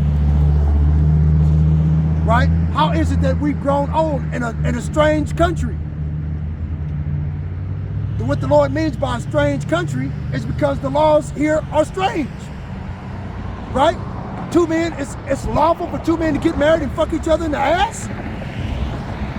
Really? It's lawful for two women to bump and grind at the wall and lick and suck on each other's muffin patch? Really? Okay. Yeah, this is a strange country. Real name of the Father, Yahweh. Yah-ha-wah-ha. Yahweh. That's how you pronounce it. Which means he is, he will be, he exists. Right? And Wah, the real name of the Son is Yahweh Shai. Yahweh Shai. Yahweh Shai. It reads from right to left, not left to right. The only language on the earth that reads from left to right is English. Everybody else's language is from right to left, whether it's reading from the bottom up to the top from right to left, like the Japanese do, or the Chinese, okay, from right to left, reading downward, or the Koreans, from right to left, right? Doesn't matter. Even Russian is from left to right because they're Edomites. Their language is based on Edomite ideology, right? The real name of the Son is Yahweh Shai, right? Which means he saves, he delivers, or he is salvation. Okay? That's what this name means. He is salvation. He is Yahweh, right? He is Yahweh, right? Shai, salvation. Okay? This is the only way you're going to get out of here. Look, so let's go get it. Joel chapter 2, verse 32. And it shall come to pass that whosoever shall call upon the name of the Lord, it shall come to pass that whosoever shall call upon the name of the Lord shall be delivered. This is the name of the Lord, Yahweh. And the name of his Son, Yahweh Shai, right here. Okay? For in Mount Zion, we just read Isaiah chapter 10, verse 20, the memorial of Israel, and in Jerusalem, a people before it's a place, shall be deliverance. So all those, let us hear the conclusion of the whole matter, fear the Most High and keep his commandments, for this is the whole duty of men. Ecclesiastes chapter 12, verse 13, right? For much study is of a weariness of the flesh, right? As the Lord has said, and in the remnant whom the Lord shall call. Right? This is the true name of the Most High. It ain't no goddamn Yahweh. It ain't no fucking YHWH. And it ain't no fucking Yahushua. It ain't no Yeshua. It ain't no Yahuwah. Yahweh. Those are not his name. I just pronounced it. I just showed you what it looks like. And I told you the correct pronunciation. You're not calling upon these names, you will not be delivered. The only people that are going to be delivered that know these names are Israelites, kindred according to the flesh. All that spiritual Israelite bullshit these crackers teach at church is a goddamn lie. The only way you can be a spiritual Israelite is you have to be one according to the flesh. What the fuck? See? Salaki, I get passionate about the Lord and his name. Okay? You can't get mad at me for that. Okay? Yeah, you can't get mad at me for that. Let's go take a look at the Lord. There is no escape from this prophecy. See that?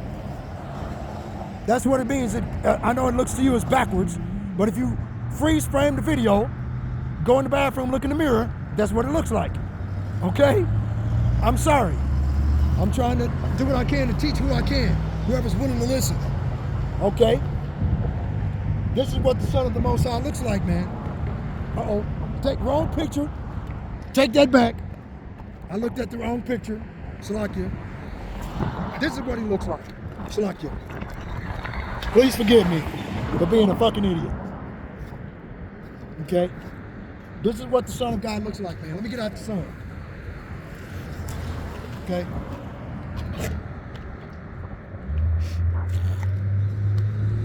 This is what he looked like, man.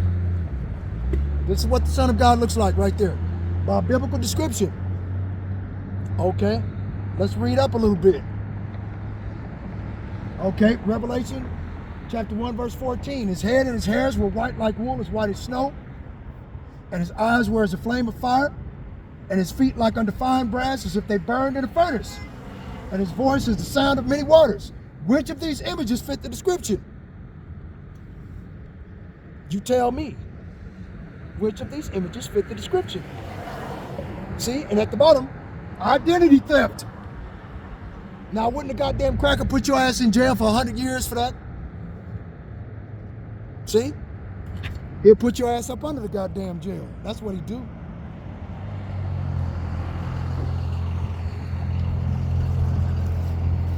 Now that other picture of what the Son of God looks like, okay, that's what the white man says he looks like.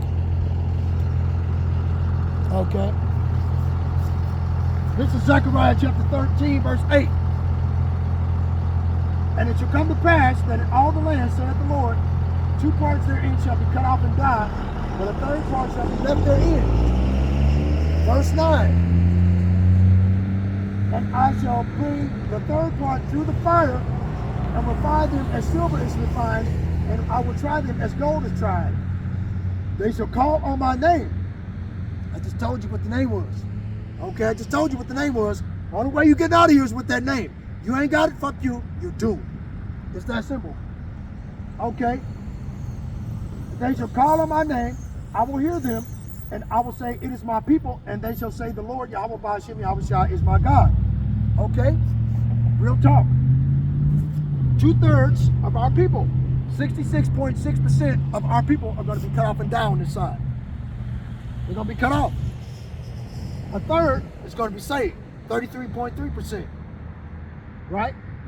The governors of Judah are the 144,000. What you see in that little white sliver right there between the two. Okay? The governors of Judah will be set up first. Okay?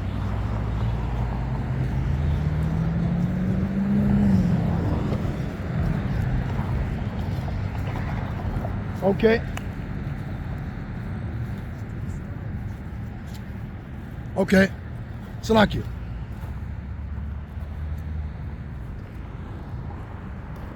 Hold on, everybody. I got to pause this video right quick. Let me plug it back up. Now I'll be right with you. Right quick. Okay, let me just pause it right quick. All righty. All right. Salakia. All righty. So, like I said before, I had to do what I had to do, try to teach y'all, man. The best I can anyway. You know, because I never thought I'd be set up to be a teacher. You know, not me. I don't know how I can better teach my kids to do right. You know what I mean? I be trying, but they won't listen to me. Now they grown now. They won't listen. Fuck it. Nothing I can do. It's all on them now. Right? Let's go back, go to Proverbs chapter 4.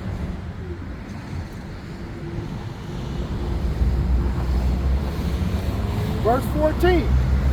Enter not into the path of the wicked, and go not in the way of evil men. Right? But our people jump off, you know, they thrive with evil men. They hang out with these crackers all the time. You know, hell, I chose a woman of the tribe of Issachar to be my woman. I tried having a woman of the tribe of Judah, but hell, she was already tainted when I got there. You know, 2 kids by 2 different babies' daddies trying to make me obligated to take care of her. 2 other motherfucking babies' daddies dealing with baby daddy drama. All of that bullshit before I came into the truth. You know? So I divorced that bitch, kicked her in rocks. Fuck you, hoe. You know, I got sick and tired of coming home from work and this motherfucker sitting on my couch. Okay? So everything you make a video about, I already went through it before I came into the truth. That's the reason why I know I had to move somewhere else, man. Okay? All of our women are tainted. Don't get me wrong, but I'd rather go with somebody that at least try to go to church or try to do something where I can pray for them, you know, like it says in 1 Corinthians, right? Let's go get it. 1 Corinthians chapter 7, ain't it?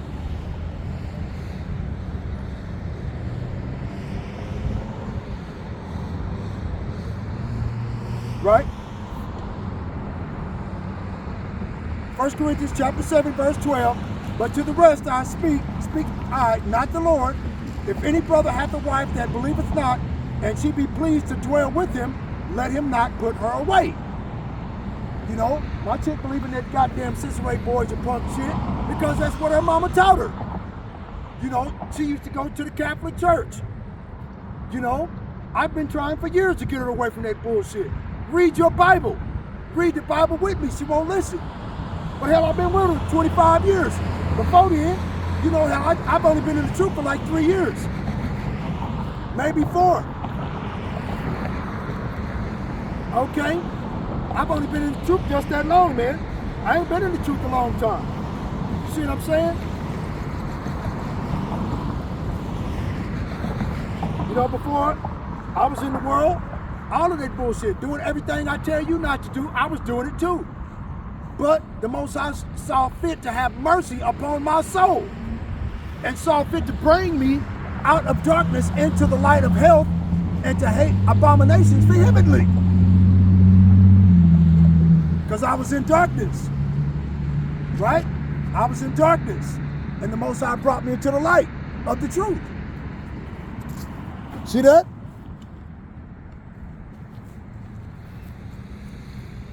So I was trying to do everything I possibly could, you know, to get her right now to this day, but she won't listen. Hard-headed, it's all good. Like it says in the scripture. Verse 13, and the woman which hath an husband that believeth not, and if he be pleased to dwell with her, let her not leave him. For the unbelieving husband is sanctified by the wife, and the unbelieving wife is sanctified by the believing husband. Else were your children unclean, but now are they holy. See? So all you ladies, you sisters out there that believe as we believe, just hold on for as long as you can, man. You know, if you can't hold on, we understand. Because it goes on to say, but if the unbelieving depart, let him depart. He or she, right? A brother or a sister is not under any bondage, right? You're not under bondage through marriage anymore, because marriage gives you the paper, the letters of divorcement. Let him go, let her go, if they will not do what you tell them or ask them to do, right? Fuck it. Okay? So you can't force them or obligate them to stay with you. But if they be pleased to dwell with you, or you are pleased to dwell with them, continue. Just continue to pray for them. It may be that the Most High Yahweh Ba'ashem Yahushai's anger may be stayed upon them because of your belief. Right? You might save their life and not know it. Right? But if the unbelieving depart, let him or her depart. A brother or a sister is not under bondage in such cases, but the Most High hath called us to peace. For what knowest thou, O wife, whether thou shalt save thy husband? Or how knowest thou, O man, whether thou shalt save thy life? Thy wife, Salakia. But as the Most High hath distributed to every man, as the Lord hath called everyone, so let him walk, and so ordain I in all churches. So the Apostle Paul told us, don't trip. Okay?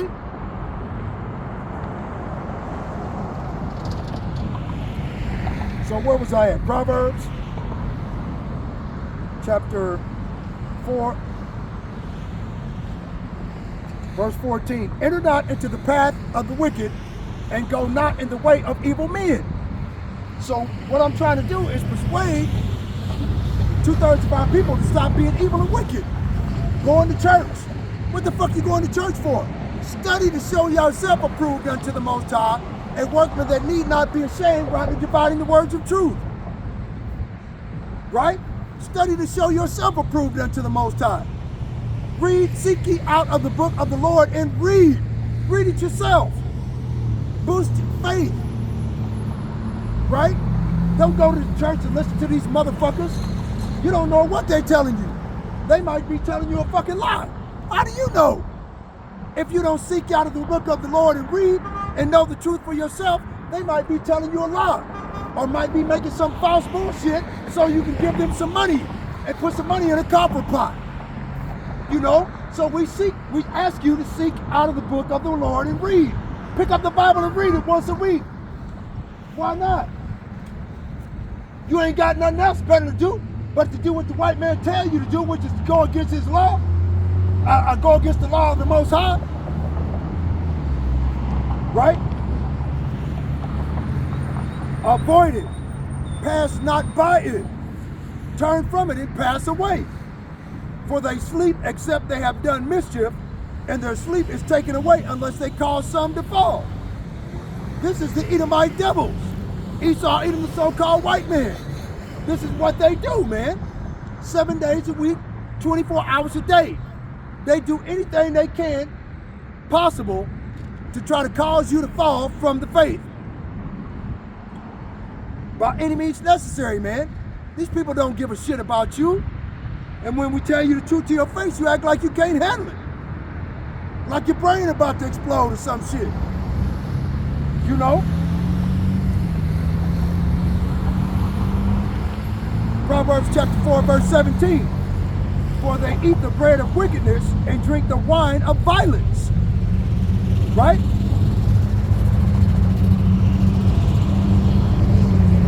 Psalms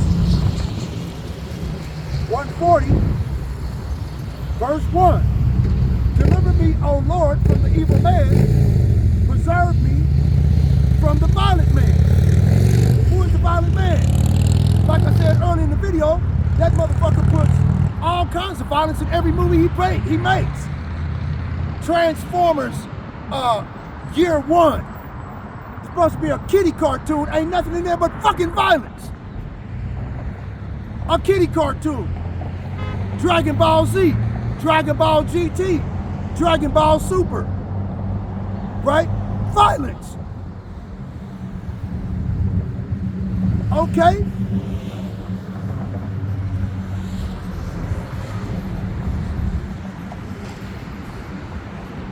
Psalms 140, verse 2, which imagine mischiefs in their heart, continually are they gathered together for war. 24 hours a day, 7 days a week, these motherfuckers are always gathered together for war. At the World Economic Forum, the World Health Organization, where else? The Bilderberger Group, Council of Foreign Relations, the United Nations, right? Where they, Davos,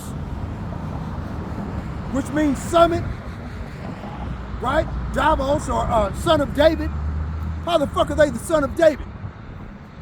Right? The son of David didn't have Edomites as his children. Okay? The son of David, if you can accept it, was Yahweh Shah HaMashiach, who was Isaac in the reincarnation. Okay? Who was King Solomon in the reincarnation. That's the reason why Yahweh Shah was no discerner or respecter of persons. He didn't matter to him if he was talking to a male or female. He wanted his people to repent. He still does. That's the reason why he sent us, the prophets, in the spirit one last time. See, the unrighteous and the ungodly, they come right up here where the spirit of the Most High God is dwelling and push this goddamn rap music.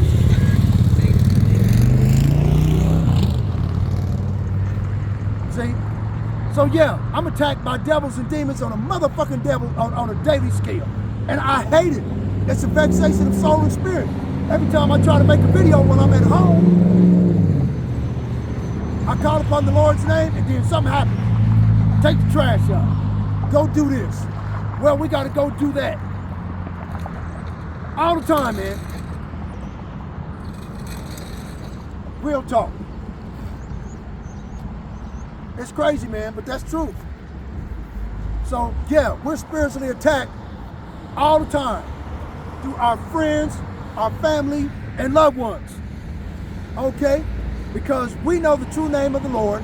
We go out here and risk our life and our freedom to preach the gospel, and these goddamn devils are all against it. Police been going by here at this corner all day long trying to intimidate me. What the fuck are you trying to intimidate me for, pussy? I got a Bible in my hand. I ain't doing nothing wrong. You trying to tell my people to turn around and repent? That makes your job easier. Fucking devil. You see what I'm saying? Elam just rolled by here, tripping on the fringes. Right? And with the border of blue. These heathen nations know who we are, man. And they're afraid now because we're trying to go back and rehearse who we are as Israelites. And as long as we rehearse who we are as Israelites, if one of us turn back to the Lord, the Most High is going to hear it.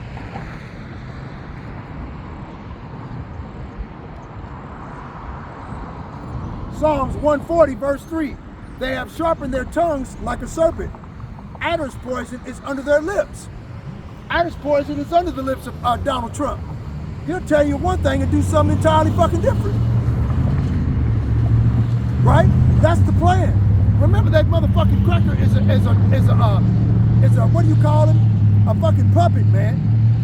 The puppet master is Noah Yuval Harari, and that other Mo, clown slob.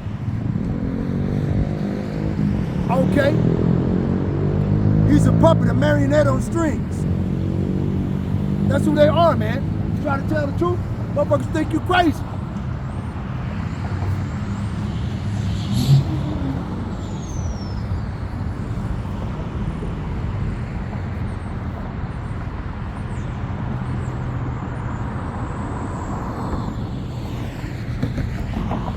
Keep me, O Lord, from the hands of the wicked.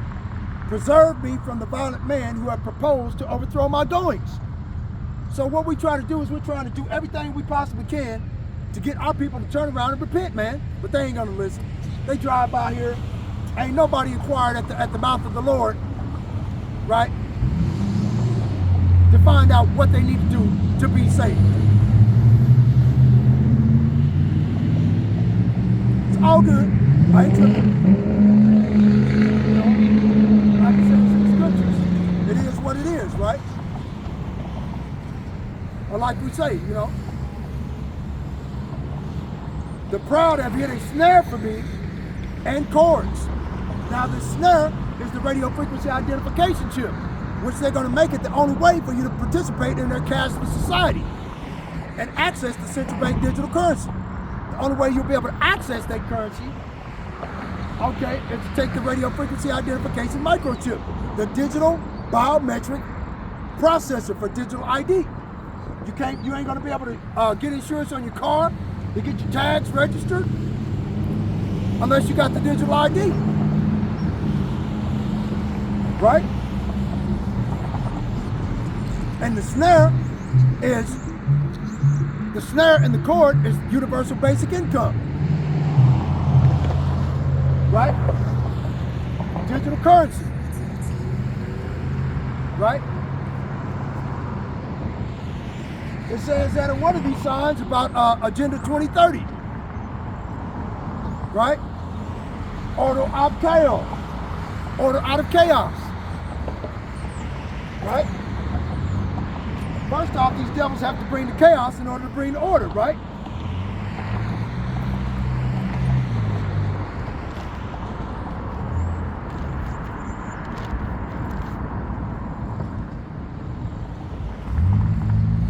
Right? Donald Trump wants to do this. The Department of Defense Directive 5240.01, they quietly reissued this back in September, expanding the use of lethal force against U.S. citizens in potential deadly domestic situations. Donald Trump calls the same fucking thing the Aliens Enemies Act, or the Sedition Act of 1798. It's the same thing. Right? Let's see if I got it.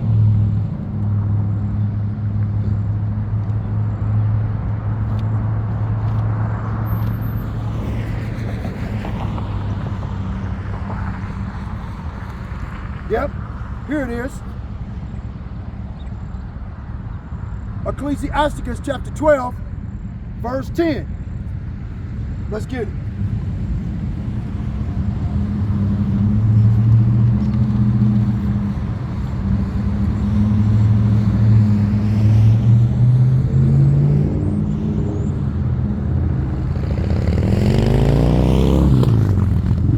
Ecclesiasticus, the book of Sirach, chapter 12, verse 10. Never trust thy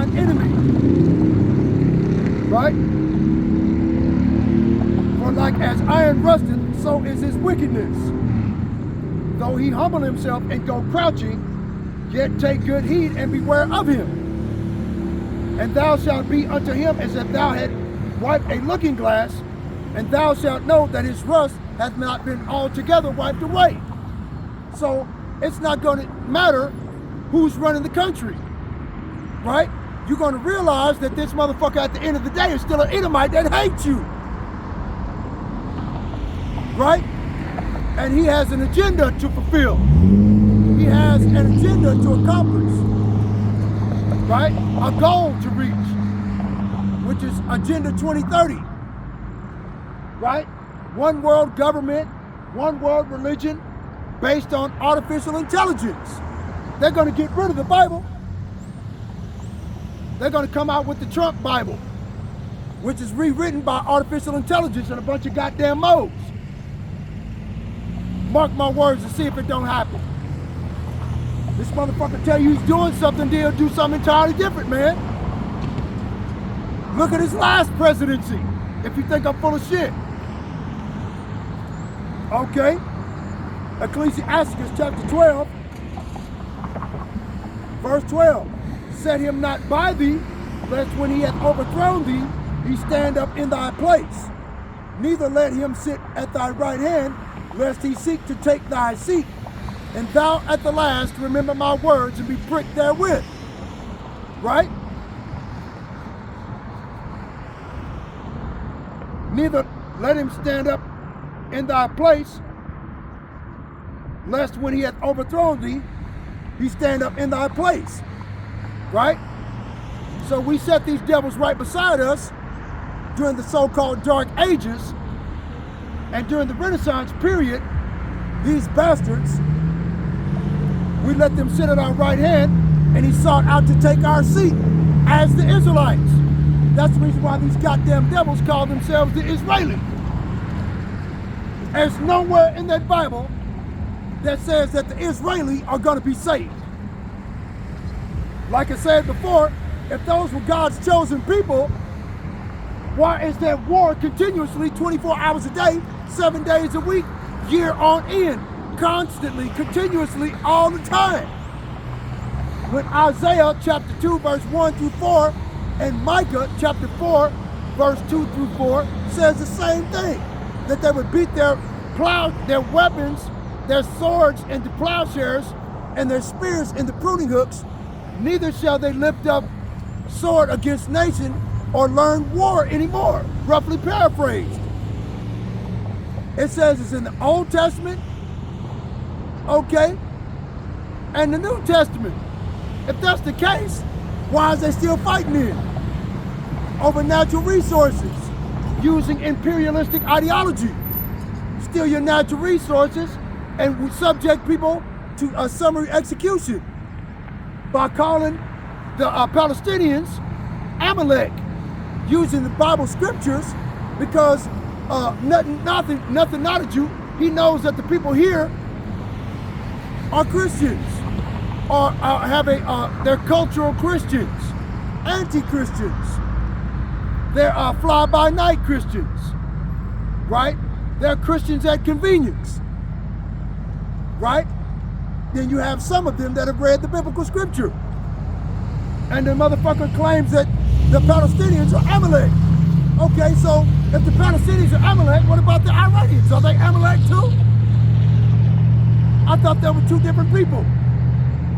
They're all Ishmael. Who gives a shit? Right? That's what he's going to claim next. That they're Ishmael. Well, if he goes that far, then the people are going to redo some research and find out that they're the sons of Abraham. They're just not the chosen. So why are you lifting up a sword against the sons of Abraham? See?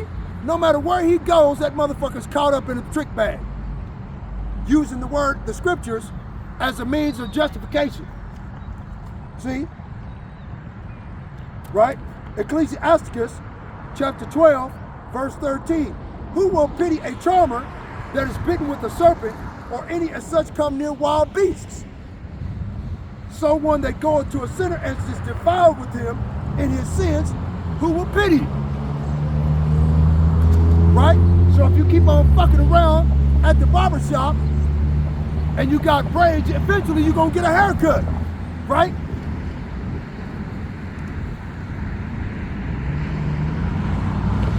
Right? Like I said, remember, this is a military operation.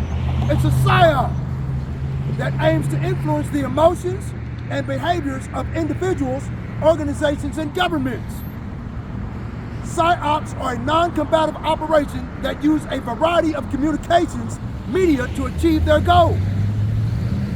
So they turn everybody the fuck around on camel toe harassment, and now everybody's on Donald Trump's dick. Oh, Donald Trump went to jail. Donald Trump went to court, so he must be black. Fuck that. That was a fucking psyop to get your stupid ass to join up with him.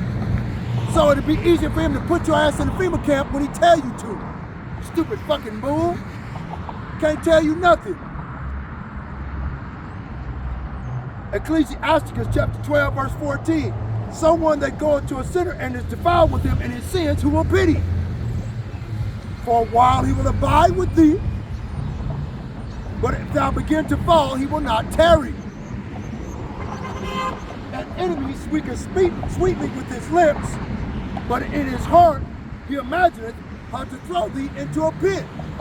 You saw a pure example of that the other day when one of the CNN correspondents was asking Donald Trump questions of which that he would get assassinated if he answered truthfully. So he was trying to dance around the truth. Same thing with Tucker Carlson. He was trying to dance around the truth. Same thing with Joe Rogan. He danced around the truth. Right? Whatever questions they asked him. Just like that bitch camel toe harassment did. Right? For a while he will abide with thee, but if thou begin to fall, he will not tarry. An enemy speaketh sweetly with his lips, right? So he told you all the sweet things that in order once he takes over the presidency, what he was gonna do, and he ain't gonna do none of them, right? But in his heart, he imagines how to throw thee into a pit, AKA a FEMA camp, under Project 2025. Okay?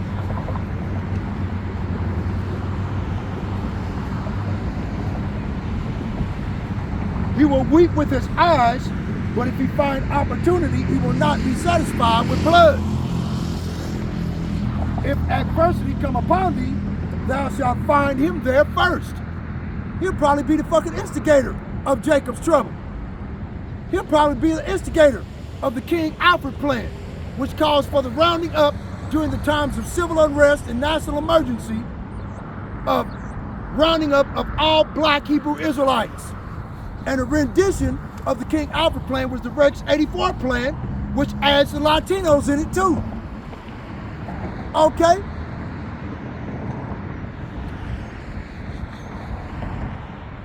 So he's going to use the Aliens Enemies Act, the Sedition Act of 1798, to round up all of the people that look like Haitians.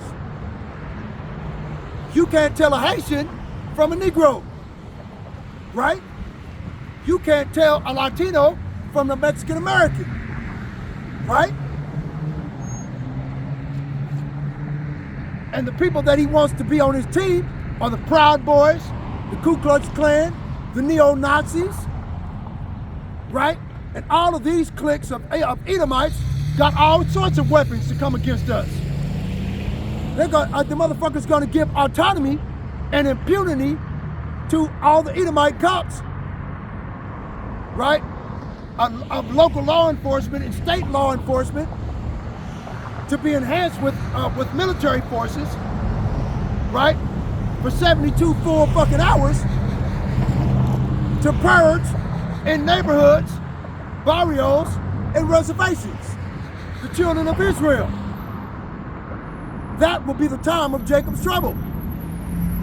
They're gonna put it on news, right? If adversity come upon thee, thou shalt find him there first. And though he pretend to help thee, yet shall he undermine thee. He will shake his head, clap his hands, whisper much, and change his countenance. In other words, he's gonna turn his back on you. He's gonna stab your ass in the back. And all you idiots voted for this red, orange bastard. You know, we call him Agent Orange. All that makeup they put on him, he don't look real. He look like a fucking orange-colored Edomite.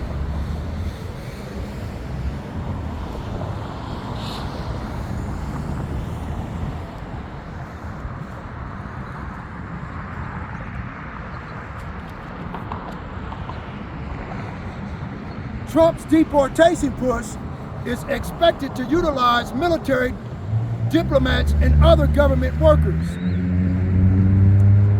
Right? That's what Trump plans to do, is deport at least 11 million migrants, right? Immigrant advocates warn of costly, divisive, and inhumane consequences. Right? Trump plans to use the 1798 Alien Enemies Act, which could draw legal challenges. Donald Trump is expected to mobilize agencies across the U.S. government to help him deport record numbers of immigrants, building on efforts in his first term to tap all available resources and pressure the so-called sanctuary jurisdictions to cooperate, according to Trump officials. Right? Let's get it. The 1798 Sedition Act. Federalists also passed the Sedition Act, which limited free speech by making it illegal to publish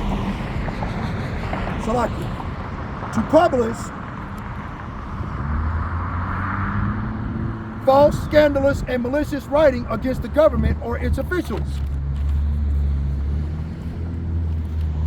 It was used to silence Democratic Republican critics, including newspaper editors and politicians, which includes news commentators, right? This law made it illegal for American citizens to publish, speak, or write anything that was false, malicious, or scandalous about the government. So there goes free speech. Ain't no more free speech under Donald Trump. Okay? So all these TikTok videos, you fucked in the game. He's got to follow in behind the elites and what they tell him to do as a good little puppet, a marionette on a fucking string. Or they'll peel his cap for real. He's not there for the government, or he's there for the government, but he's not there for the people.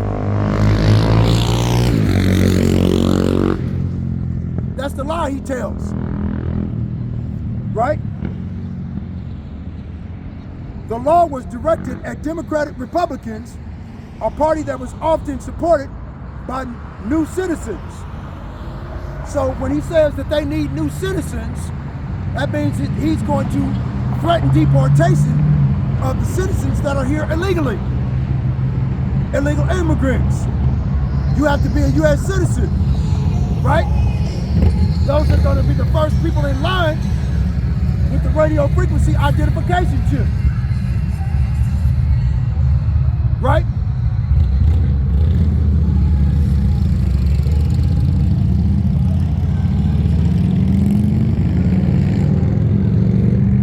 The Sedition Act was one of a series of laws known as the Alien and Sedition Act.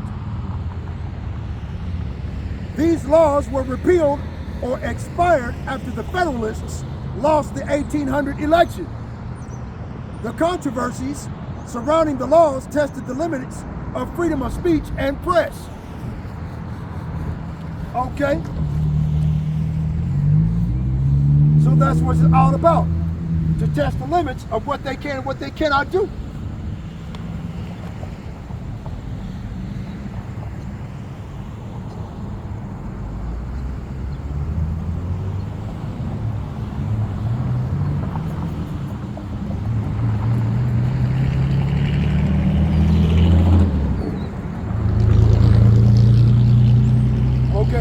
get Job, chapter 20. Also like it. Let's go back. Let's go to Revelation.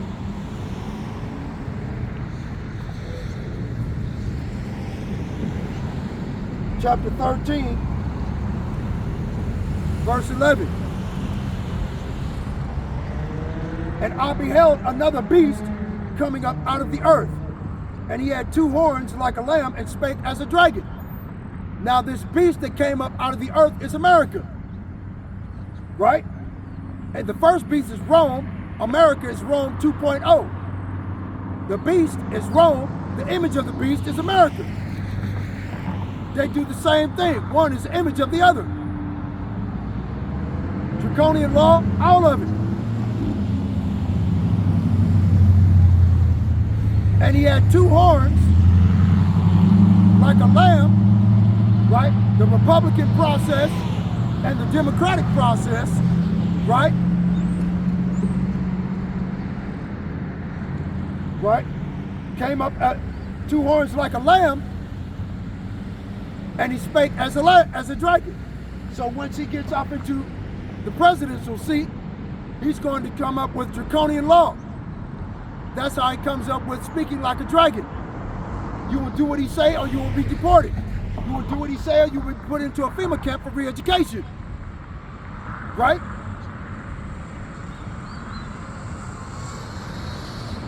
And he exercises all the power of the first beast, right? Using the military forces, added in with local and state law enforcement to force, what was it? To force the politicians in these vassal states to agree with their policies.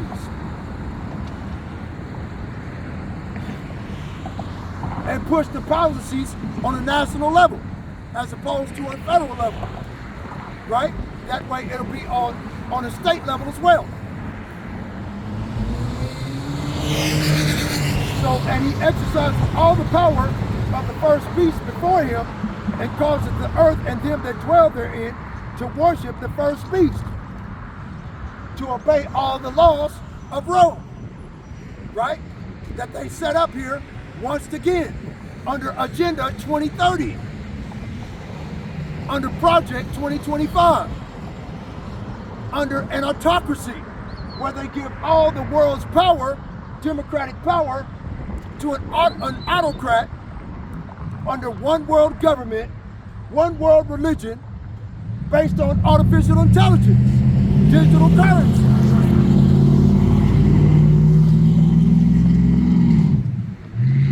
Right? And causes the earth and them that dwell therein to worship the first beast, whose deadly wound was healed. Right? And that deadly wound that was supposed to be healed, okay, is the resurgence of the Roman Empire, the empire of the Edomites. During the Renaissance period, the rebirth of that Roman Empire. Right?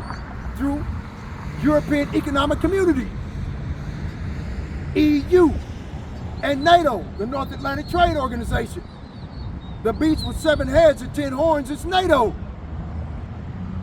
The woman that rides atop the beast with 7 heads and 10 horns is America. The beast with 10 heads, or with 7 heads, Germania Major, Germania Minor, Greece, Spain, what was it again? Greece, Spain, Rome,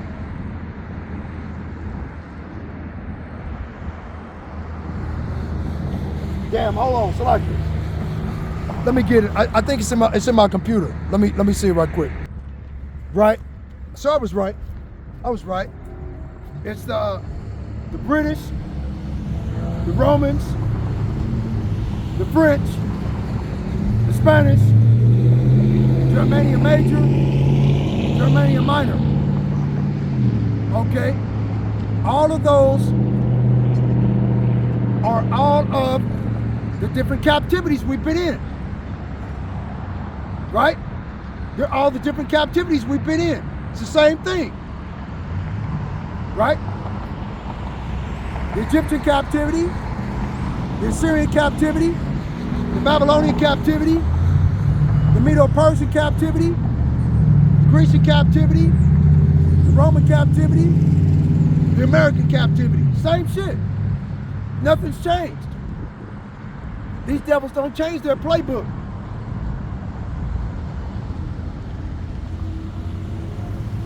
Right?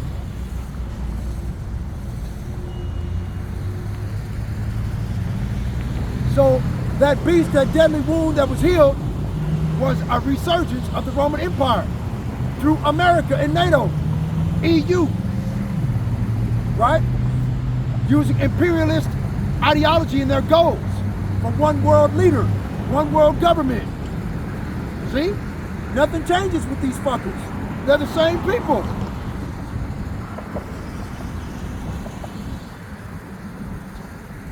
And he doeth great wonders, so that he maketh fire come down from heaven on the earth in the sight of men. In the 1940s and 50s, under Nagasaki and Hiroshima, they brought down fire from heaven, right? Where's fire from heaven? In the sun above us. So they brought the fire from the surface of the sun here on earth.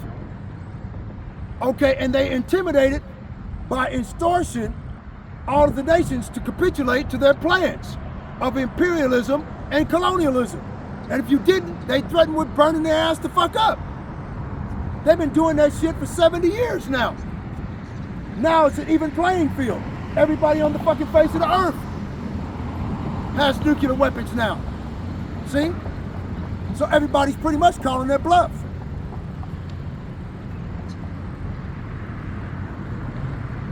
So like,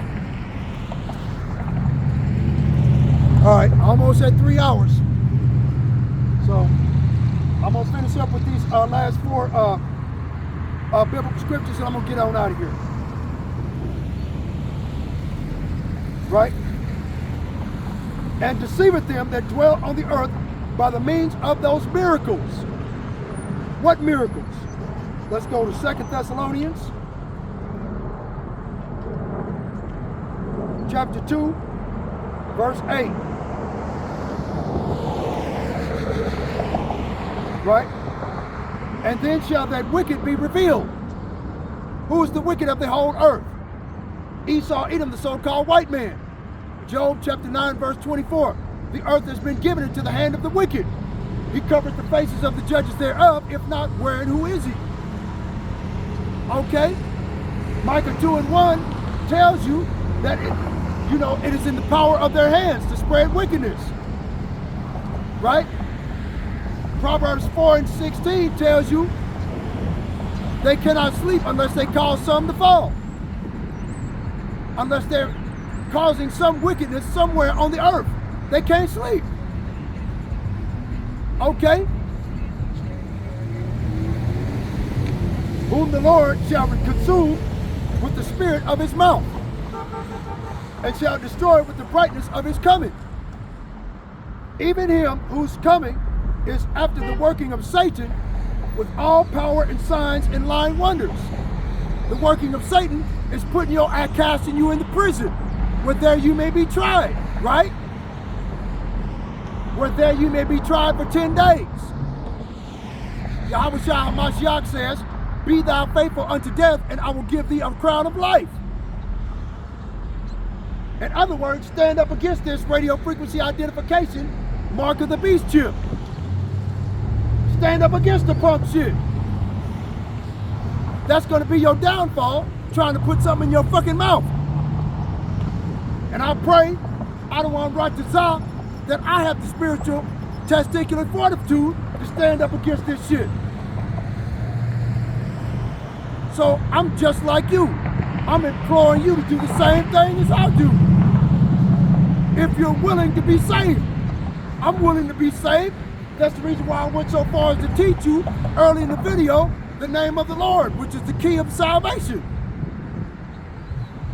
The exemption of judgment. Right?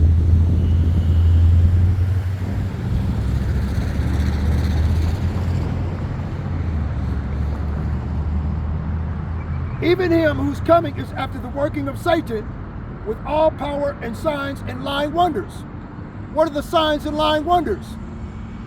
That Elon Musk brain chip, where you can move a computer cursor with your mind. You can, if you're completely quadriplegic, right? You're completely paralyzed from the neck down, right? You can talk to people and interact with people on a computer with that Elon Musk brain chip, right? You'll be able to buy and sell online with that Elon Musk brain chip and have it brought to your fucking house with a drone, right? You know, that Elon Musk brain chip can cause the people that are paralyzed from the waist down to be able to walk or stand up for long periods of time, right?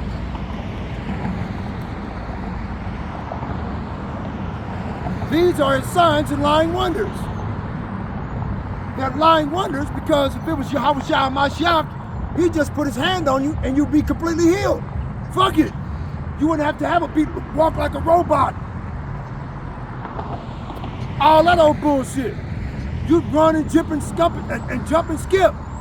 turn flips, like Paul and who was it, Peter and Barnabas at the steps of the temple where the crippled man was, that he was begging for alms, and Peter said, money and gold and silver I do not have, but I will give you what I do have, and that's the Holy Spirit.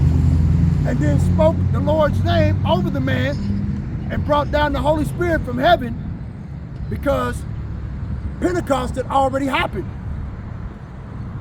The flame of the Pentecost had already come down upon the 120 people up in the upper room. So when Peter came and said and shared the Holy Spirit with the crippled man's legs grew strong and powerful, and he stood up.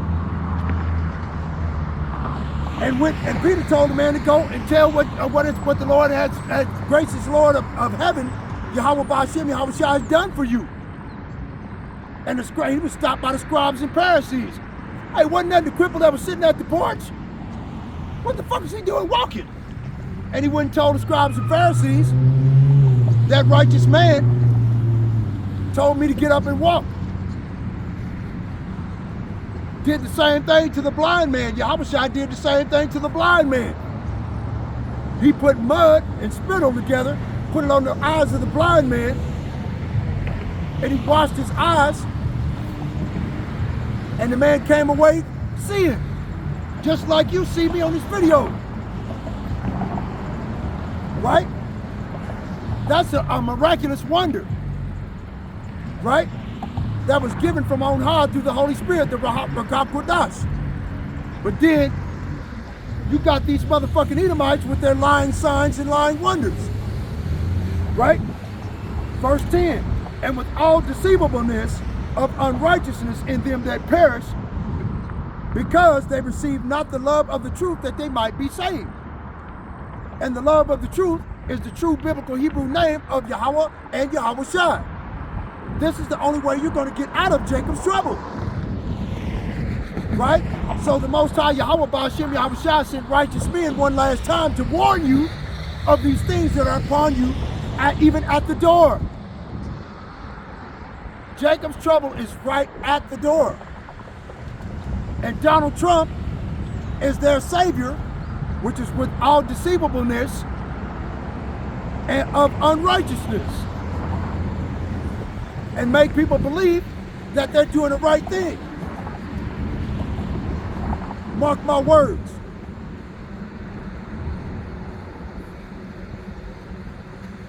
Because they received not the love of the truth, that they might be saved. Isaiah chapter 30, verse 8. Now go and write it in a book and note it, write it in a table and note it in a book. That table and the book is the Holy Bible. That it may be for a time to come forever and ever. That this is a rebellious people, lying children, children that will not hear the law of the Lord. which say to the seers, see not, and to the prophets, prophesy not unto us the right things, speak unto us the smooth things, prophesy deceit, tell us a lie, tell us that the Most High God is going to save everybody, even the goddamn white man that'll hang us from a fucking tree, that send the police to shoot us in the back.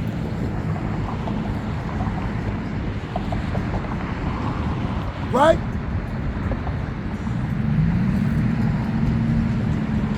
Get you out of the way, turn aside out of the path, cause the Holy One of Israel to cease from before us. Right? They don't want to hear the law of the Lord. They don't want to hear the truth.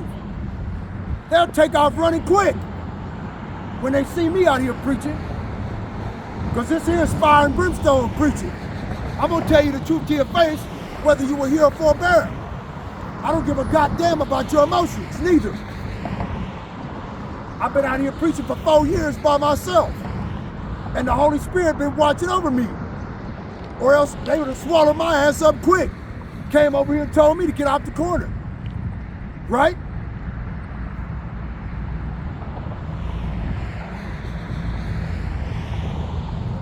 Wherefore thus saith the Holy One of Israel, because you despise this word and trust in oppression and perverseness and stay thereon. In other words, you continue to trust this Edomite pricklewood that's going to throw your ass in jail. Therefore this iniquity, all your sins and iniquities, sin added unto sin, unrepented of, shall be unto you as a breach ready to fall.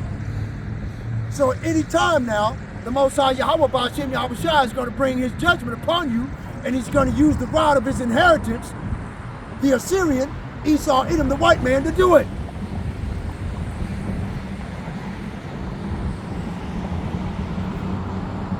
Swelling out at a high wall, whose breaking coming suddenly and at an instant.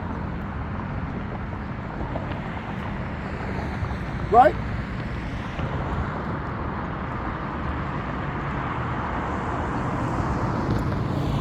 So let's go to Job, chapter 20.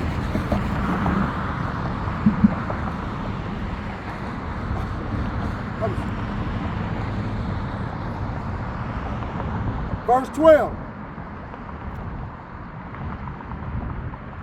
Though wickedness be sweet in his mouth, though he hide it under his tongue, though he spare it and forsake it not, but keep it still within his mouth.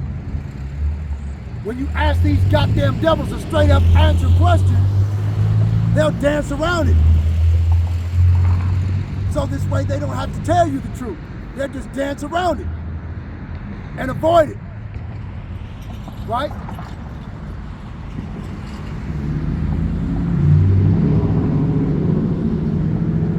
Yet his meat in his bowels is turned.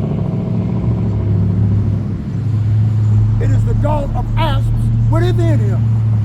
And the gall of the asps in Donald Trump are the wicked ideology of pushing forward Agenda 2030 based on the United Nations, the World Economic Forum, the World Health Organization, Bilderberger Group, and the Council of Foreign Relations, the Club of Rome, right? The Knights of Malta, right? He's obligated to keep his fucking mouth shut.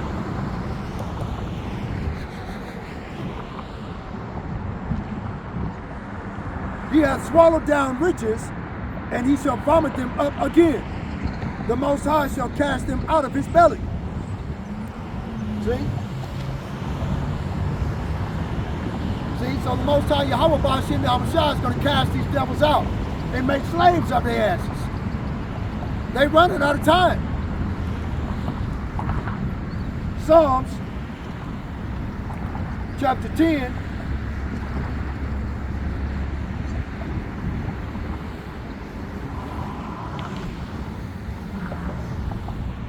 Verse 5, his ways are always grievous. His judgments are far above out of his sight. Thy judgments are far above out of his sight. Whose judgments? the judgment of the Most High.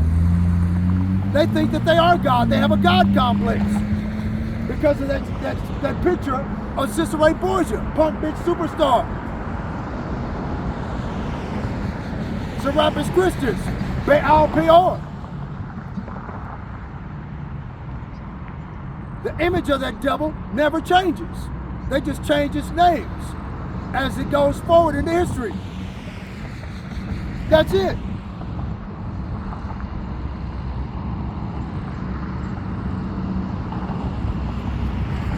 As for all his enemies, he puppeted them.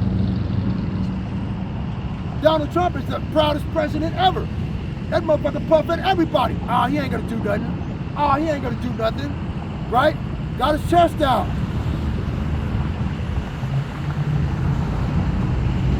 He has said in his heart, I shall not be moved, for I shall never be in adversity. Why does he say that? Because he knows he has the military force of the entire world backing him up. Right? He's got the world police backing him up. And he can enact or institute martial law. Also, he can also institute the national draft anytime he so chooses.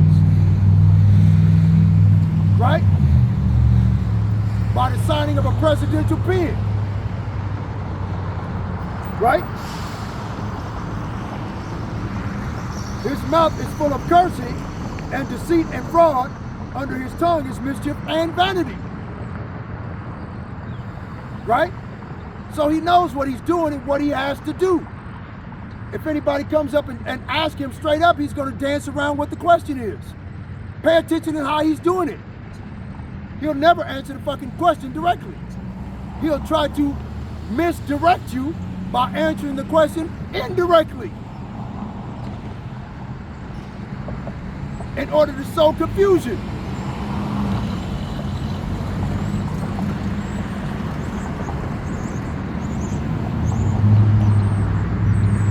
Right?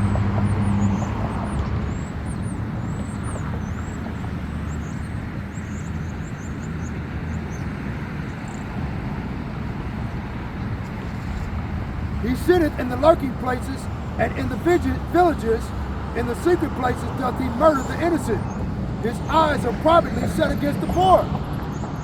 Well, he's got local and state law enforcement that do that shit all the time. They sit over in the cut, waiting to catch your ass speeding, so they can pull you over. And if they find out you black, they got their little clip off their gun ready to blow your goddamn brains out. Right?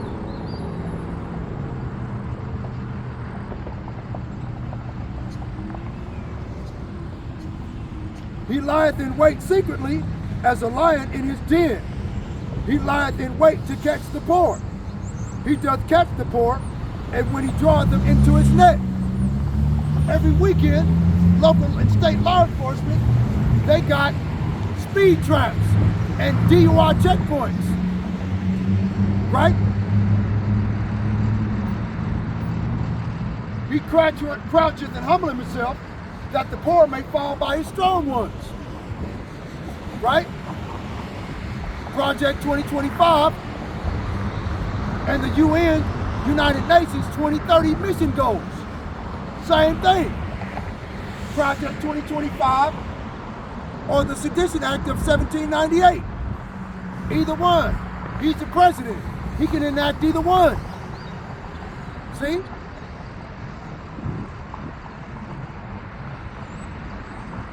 He hath said in his heart, the Most High hath forgotten.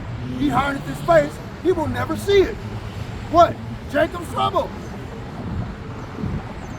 He thinks that the Most High don't give a shit about his people anymore.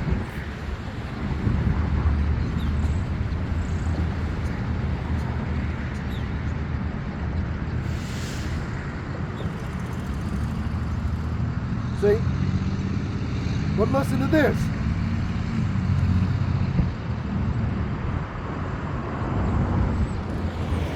Psalm chapter 10,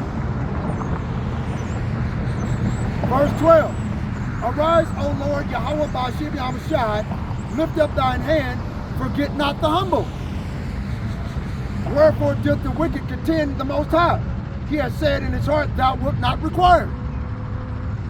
Right?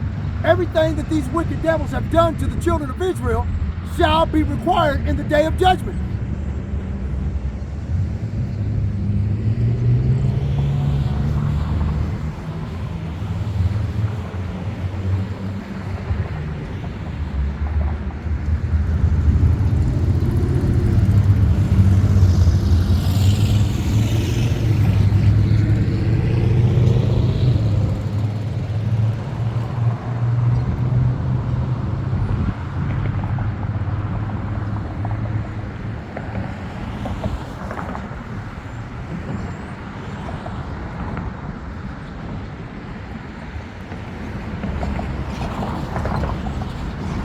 Like it.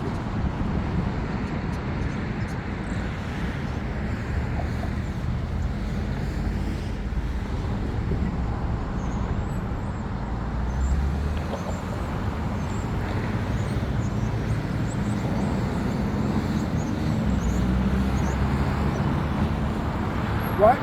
Luke chapter 11, verse 51. From the blood of Abel unto the blood of Zacharias, which perished between the altar and the temple, verily I say unto you, it shall be required of this generation. Right? But the crackers, they believe that the Most High shall not require it, the blood that we've shed. Numbers chapter 35, verse 33, so that ye shall not pollute the land in which ye are for blood. Let's go get it. So like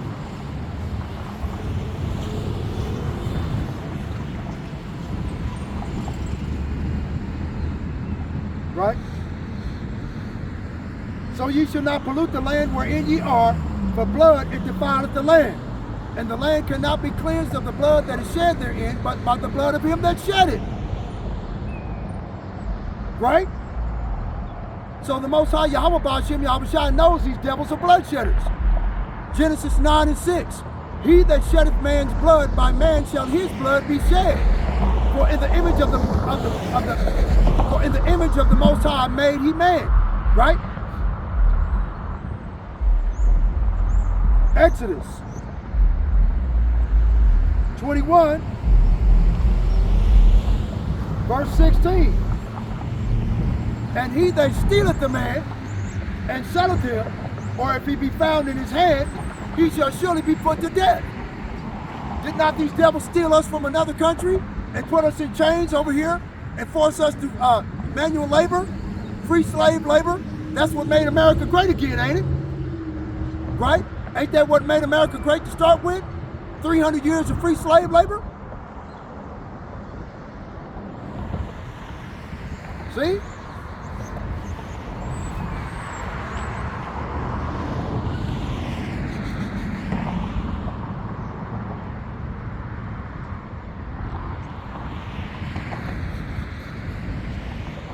Psalms chapter 10, verse 14. Thou hast seen it, for thou beholdest the mischief and spite to requite it with thy hand. The poor committeth himself unto thee. Thou art the helper of the fatherless. Let's go get that. Job chapter 5, verse 16. Right? So the poor hath hope, and iniquity stoppeth her mouth. Verse 17. Behold, happy is the man whom the Most High corrected. Therefore despise not the chastity of the Lord. For he maketh sore and bindeth up. He woundeth, and his hands make whole. He shall deliver thee in 6 troubles. Yep, even in 7 there shall no evil touch thee. This is a message to the remnant of the seed of the house of Israel, those that have escaped of the house of Jacob, the elect that have the mark of exemption, which know the true biblical Hebrew name of the Most High and his Son, to call upon during the time of Jacob's trouble, the great trouble, a time of great trouble such as not was since there was a nation, even to this same time. Right?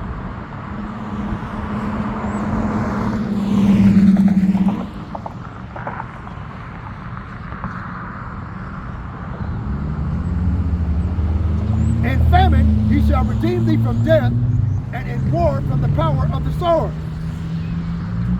Thou shalt be hid from the scourge of the tongue, neither shalt thou be afraid of destruction when it cometh. At destruction and famine thou shalt laugh, neither shalt thou be afraid of the beasts of the earth. For thou shalt be in league with the stones of the field, and the beasts of the field shall be at peace with thee. Right? So the Most High Yahweh Ba'ashem Yahushua already got a plan to save the elect of the house of Israel out of Jacob's trouble.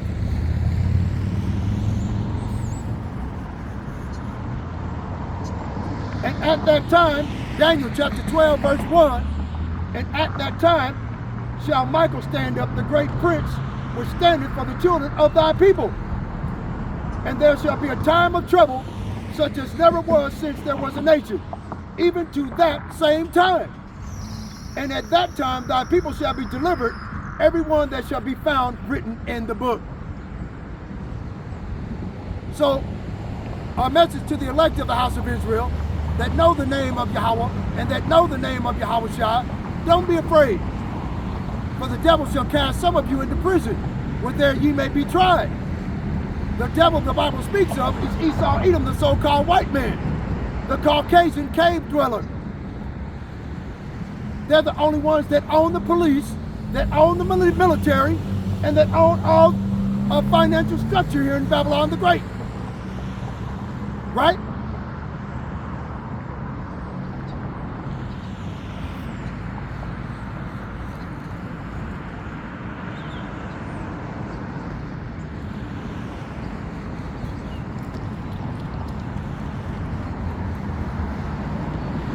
Psalms 124, verse 1. If it not had been for the Lord Yahweh, who was on our side, now may Israel say, if it had not been the Lord who was on our side, when wind rose up against us, then they had swallowed us up quick, when their wrath was kindled against us. Then the waters had overwhelmed us, the stream had gone over our soul. And the waters in the stream is in reference to these heathen nations, in which we've been scattered to amongst all the nations in our captivity right unto this day. Then the proud waters had gone over our soul. Right? Do they now, right unto this day, ask us to open the door for them? To lay down in a fucking pool of a puddle of mud during the slavery days or the days of enslavement? Right? Lay down in a pool of mud so they can walk all over you? The Most High, Yahweh Ba'ashem Yahushua, has not forgotten what these goddamn devils have done to his people. Right? Blessed be the Lord, Yahweh Ba'ashem Yahushua, call halal Yahweh Ba'ashem Yahushua, who hath not given us as a prey to their teeth. Right? Their military, their police, as a whole. Our soul is escaped as a bird out of the snare of the fowlers. Right? The snare is broken and we are escaped. Our help is in the name of the Lord, who made the heaven and the earth. Yahweh, Ba'ashem Yahushua, right?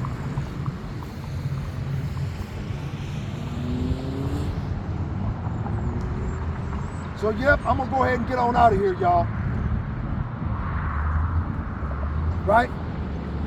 Call halal Yahweh, Ba'ashem Yahushua, Ba'ashem Kakadash. Double honor to the apostles and elders of Great Millstone for pushing the 100% truth and rule well. Peace and salutations to the hopeful elect. Yahweh Ba'ashem Yahushua, Babakusha, Babakusha, Babakusha. That's exactly Ya, Ayan, La Yakal, La Hakotaza, Ba Yadwab Tazar, that's the Tatar Yarnaya. Right? Yahweh Ba'ashem Yahushua, please, please, please deliver me. I pray to endure to the end in Jacob's trouble. Right? Yahweh Ba'ashem Yahushua, Ba'ashem Bakakudash, Babakusha, Babakusha, Babakusha, Yahweh Mama, Yahweh, Yahweh, La'a, Ya'iza, Anawash, Ha'aisha Yama'am Alahayam Yapawa Ma'aitaza Yaham Babakwasha the water, amen. Arise, O Lord, let not man prevail. Let the heathen be judged in thy sight. Destroy thou them, O power. Let them fall by their own counsels. Cast them out in the multitude of their transgressions, for they have rebelled against thee. Right? Shemai, Yasharala, Yahweh, Alahayanawa, Yahweh, Ahud. Rise, O Israel, Yahweh and your Israel are one. Right?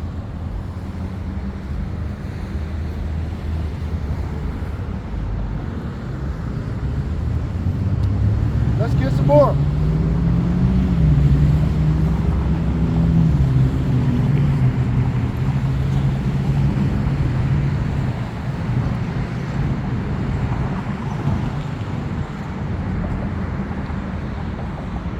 Yahweh Ba'ashim Yahushai, Nathaniah, Chazakwaya, Batazara, Wahataza, Laya, Mayan, Yara, Shal, Mawat. Give me strength in trouble and deliver me from fear of death. Barakatah Yahweh, Barakatah Yahushai, Barakatah Yahweh, Barakatah Yahushai, Barakatah Yahweh, Ba'ashim Yahushai, Ba'ashim Rakapadash, Shemai Azanaya, La'atachalak Yakniya, Malapanyaka, Wak Rakak Wadashka, La'atakwak Mamanya, the water, amen. Yahweh Ba'ashim Yahushai, please, please, please hear me, help me, cast me not from thy presence, and take not thy Holy Spirit from me. Because I'm going to need it during that time of Jacob's trouble. And I don't have a problem saying it out loud to my Father. Okay?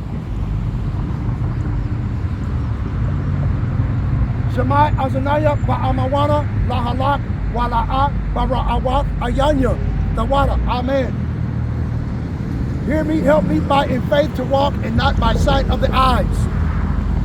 We're going to need that type of faith to believe on the name of Yahweh, Ba'ashim Yahushai, in order to get the fuck out of here, man, in one piece. Because if the Most High don't help us, these devils gonna swallow us up quick and destroy us from off the face of the earth, man.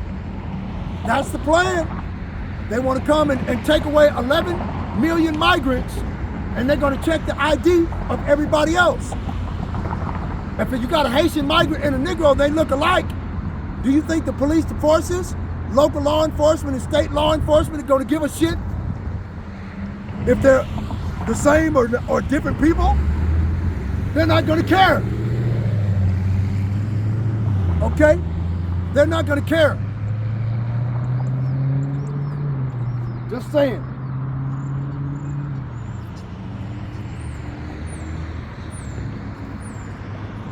Shamar Chazak Amawanya Lakotaza. Keep strong my faith until the end. Right? Ayal la yakal laha kotaza la ala laha marakab shal Yahweh Ba'ashim Yahushai hot the wak shal hot required. I pray to endure to the end, to ascend to the chariots of Yahweh Ba'ashim Yahushai in the midst of the sky.